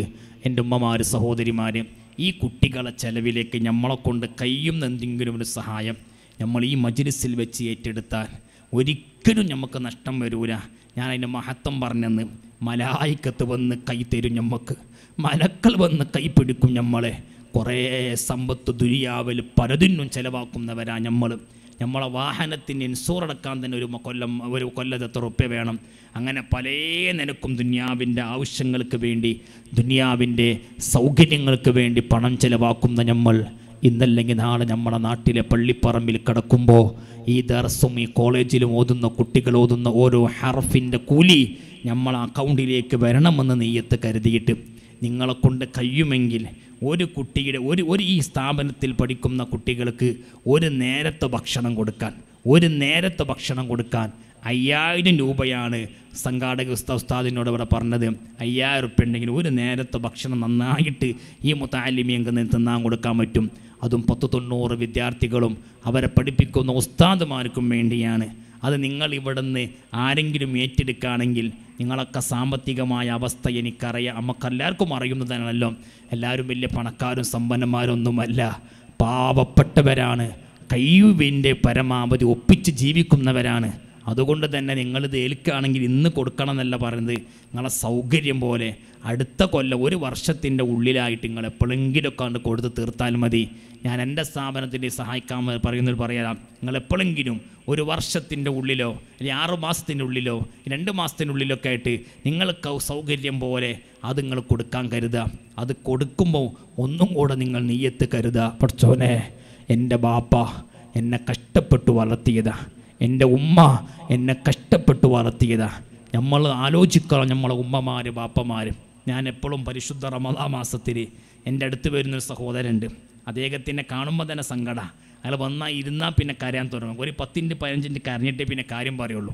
അങ്ങനെ കരയുന്ന ഒരാൾ എല്ലാ റമദാൻ മാസം എന്നെ കാണാൻ വരുമ്പോൾ അദ്ദേഹത്തിൻ്റെ സങ്കടം അയാൾ പറയാൻ. റമദാൻ മാസം നോമ്പ് തുറ അദ്ദേഹത്തിൻ്റെ വീട്ടിൽ നിന്ന് നോമ്പുറക്കൂല, അയാളെ മക്കളോട് കൂടെ ഭാര്യയോടൊപ്പം നോമ്പുറക്കൂല. അതിന് കാരണം പറഞ്ഞത് അദ്ദേഹത്തിൻ്റെ ഉമ്മയും ബാപ്പയും കഷ്ടപ്പെട്ടാണ് അദ്ദേഹത്തെ വളർത്തിയത്. കുറേ മക്കളായിരുന്നു അവർക്ക്. ബാപ്പ ഒരു കൂലിപ്പണിക്കാരനായിരുന്നു, പാത്രക്കച്ചവടക്കാരനായിരുന്നു. 150 ഗ്രാം ഇറച്ചിയ ഒരു ദിവസം കറി വെക്കാൻ വാങ്ങുക. അതുകൊണ്ടുണ്ടാക്കിയ കറിയിൽ നിന്ന് കിട്ടുന്ന ചെറിയ കഷ്ണം ഇറച്ചികൾ മക്കൾക്ക് ഇങ്ങനെ ഒരിച്ചെടുക്കും. മാപ്പിമ്മി നോമ്പുറക്കുമ്പം മക്കളെ കൂടെ ഭക്ഷണം കഴിക്കൂല. മാപ്പാനോട് വെച്ചാൽ മാപ്പ നിസ്കരിച്ച് നിന്നുകൊണ്ട് ഉമ്മ പറഞ്ഞു ഞാൻ നിസ്കരിച്ച് കഴിച്ചുകൊണ്ട് കയറി. അങ്ങനെ ഒരു ദിവസം നിസ്കാരമൊക്കെ ഞങ്ങൾ വന്നപ്പോൾ ഉമ്മയും പാപ്പയും ഞങ്ങൾ തിന്നിട്ട എല്ലും ആ പാടിയൊക്കെ ഇങ്ങനെ എടുത്ത് ഇങ്ങനെ തിന്നുന്ന കണ്ടപ്പം എൻ്റെ കൽബ് പൊട്ടിപ്പോയി. അവർ ഞങ്ങൾക്ക് തിന്നിട്ടേ അവർ തിന്നാറുള്ളേനിയും. അപ്പം ഞാൻ തീരുമാനിച്ചു, പഠിച്ചോനെ ഞാൻ ഗൾഫിലൊക്കെ പോയി സമ്പത്തും സൗകര്യങ്ങളും പൈസയൊക്കെ ആയിട്ട് വേണം ഉമ്മാനെയും ബാപ്പാനെയൊക്കെ കാര്യമായിട്ട് നോക്കാൻ. അങ്ങനെയൊക്കെ എനിക്ക് മെച്ചപ്പെട്ട ജീവിതമൊക്കെ വന്നപ്പോഴേക്കും ഉസ്താദേ ഉമ്മയും ബാപ്പയും മരണപ്പെട്ടുപോയി, അവരൊന്നും മര്യാദയ്ക്ക് നോക്കാൻ പോലും കഴിഞ്ഞിട്ടില്ല എന്ന് പറഞ്ഞ് വേദനയോടെ വിങ്ങിപ്പൊട്ടുന്ന ഇയാൾ പറയും. ഇന്ന് 1 കിലോ ഇറച്ചി വീട്ടിലേക്ക് നോമ്പറക്കാൻ വാങ്ങും. വീട്ടിൽ ഇറച്ചി ആർക്കും വേണ്ട, ഭക്ഷണം ആർക്കും വേണ്ട, അതൊക്കെ ബാക്കിയാണ്. അപ്പോൾ കുട്ടികളോടൊപ്പം നോമ്പറക്കാതിരിക്കുമ്പോൾ ഞാൻ കരയണമെന്ന് കൊണ്ട് ഞാൻ വേഗം പള്ളിയിൽ പോയാൽ നോമ്പുറക്കാറിയെന്ന് ഈ സഹോദരൻ പറഞ്ഞതുപോലെ ഇവിടെ ഇരിക്കുമ്പോൾ നിങ്ങളെല്ലാവർക്കും ഇതുപോലത്തെ ഒരു കഥ പറയാറുണ്ടാകും. പാവപ്പെട്ട നിങ്ങളെ കഷ്ടപ്പെട്ട് വലുതാക്കിയിരിക്കുന്ന ബാപ്പമാർ തിരിച്ചൊന്നും അവർക്ക് നമ്മൾ കൊടുത്തിട്ടില്ല, തിരിച്ചൊന്നും അവർക്ക് നൽകാൻ കഴിഞ്ഞിട്ടില്ല. നമ്മളൊക്കെ ഒന്ന് മെച്ചപ്പെട്ട് വന്നപ്പോഴേക്കും അവരൊക്കെ മരണപ്പെട്ട് ആഖിറത്തിലേക്ക് എത്തി. ഒന്നും കൊടുക്കാൻ കഴിയാതെ വേദനിച്ചിരിക്കുന്ന മക്കളോട് പറയട്ടെ, ഈ മുതഅല്ലിമീങ്ങൾക്ക് വേണ്ടി ഒരു നേരത്തെ ഭക്ഷണം നിങ്ങൾ ഏറ്റെടുത്ത് വാപ്പാൻ്റെ പേര് ഉമ്മാൻ്റെ പേര് കൊടുക്കുകയാണെങ്കിൽ മാഷാ അല്ലാഹ് ഈ ഒരു കൊല്ലം ഈ കുട്ടികൾ ഓതുന്ന ഓരോ ഹർഫിൻ്റെ കൂലി ബാപ്പാൻ്റെ ഖബറിലേക്ക് ഉമ്മാൻ്റെ ഖബറിലേക്ക് വന്നുകൊണ്ടേയിരിക്കുമെന്ന കാര്യം യാതൊരു തർക്കമില്ലാത്ത നമ്മൾ പഠിച്ച വിഷയമല്ലേ. അതുകൊണ്ട് ഇവിടെ ഇരിക്കുന്നവർ നിങ്ങൾ പെട്ടെന്ന് കൊടുക്കുന്നു വേണ്ട, നിങ്ങൾ സൗകര്യം പോലെ അതിങ്ങനെ ഘട്ടം കൊടുത്ത് തീർത്താലും മതി. റബ്ബിൽ ആലമീൻ. അപ്പോൾ ഓരോ ഉമ്മമാരൊക്കെ സഹോദരിമാരൊക്കെ അവിടെ സംഘാടകരുണ്ട്. ഉസ്താദ് ദിക്ർ ദുആയിലേക്ക് പ്രവേശിക്കുകയാണ്. ഉസ്താദിനെ ഇരുത്തി ഞാനിവിടെ പറഞ്ഞതിന് എന്തെങ്കിലും അതുപകേടുണ്ടെങ്കിൽ ഉസ്താദ് പൊരുത്തപ്പെടണമെന്ന് ഉസ്താദിനെ ഓർമ്മപ്പെടുത്തുന്നു. നിങ്ങളൊക്കെ എല്ലാവരും എനിക്ക് വേണ്ടി ദ്വാരക്കണം ഇൻഷാ അല്ലാഹ്. നിങ്ങൾക്ക് വേണ്ടി ഞാൻ എൻ്റെ മജ്‌ലിസിലൊക്കെ ഞാനും ദ്വാരക്കാം. അള്ളാഹു നമ്മളെല്ലാവരും മരിക്കുന്ന സമയം ഈമാനോടെ കലിമ ചൊല്ലി റാഹത്തോടെ പുഞ്ചിരിച്ച് മരിക്കാൻ അള്ളാഹു നമുക്ക് തൗഫീക്ക് തരട്ടെ. ഇതുവരെ പറഞ്ഞ ഇൽമ കൊണ്ട് അള്ളാഹു നമ്മളൊക്കെ നന്നാക്കി തെരുമാറാകട്ടെ. കൽബ് നന്നായി, ഹൃദയം നന്നായി, ഹൃദയം ശുദ്ധിയായി കലിമ ചൊല്ലി പുഞ്ചിരിച്ച് മരിക്കാൻ അള്ളാഹ് നമുക്ക് തൗഫീക്ക് നൽകട്ടെ. നമ്മളെ കൽബിൻ്റെ അകത്തുള്ള കിബുറും അസൂയ അഹങ്കാരമൊക്കെ ഒഴിവാക്കി അള്ളാഹുവേ നല്ലൊരു മനുഷ്യന്മാരെ കൂട്ടത്തിൽ ഞങ്ങൾ നീ ചേർക്കണം അല്ലാഹ്. പ്രത്യേകിച്ച് ബഹുമാനപ്പെട്ട ഉസ്താദ് അവകൾ ഈ ഒരു പ്രായത്തിലൊക്കെ നമ്മളെ മജ്‌ലിസിലേക്ക് ഇത്രയും വൈകിട്ട് വന്ന് ഇരുന്ന് നമുക്ക് ദ്വാരക്കാമെന്ന ഉസ്താദിന് അള്ളാഹു ആഫിയത്തും ആരോഗ്യം ദീർഘായുസ്സും അള്ളാഹു നൽകുമാറാകട്ടെ.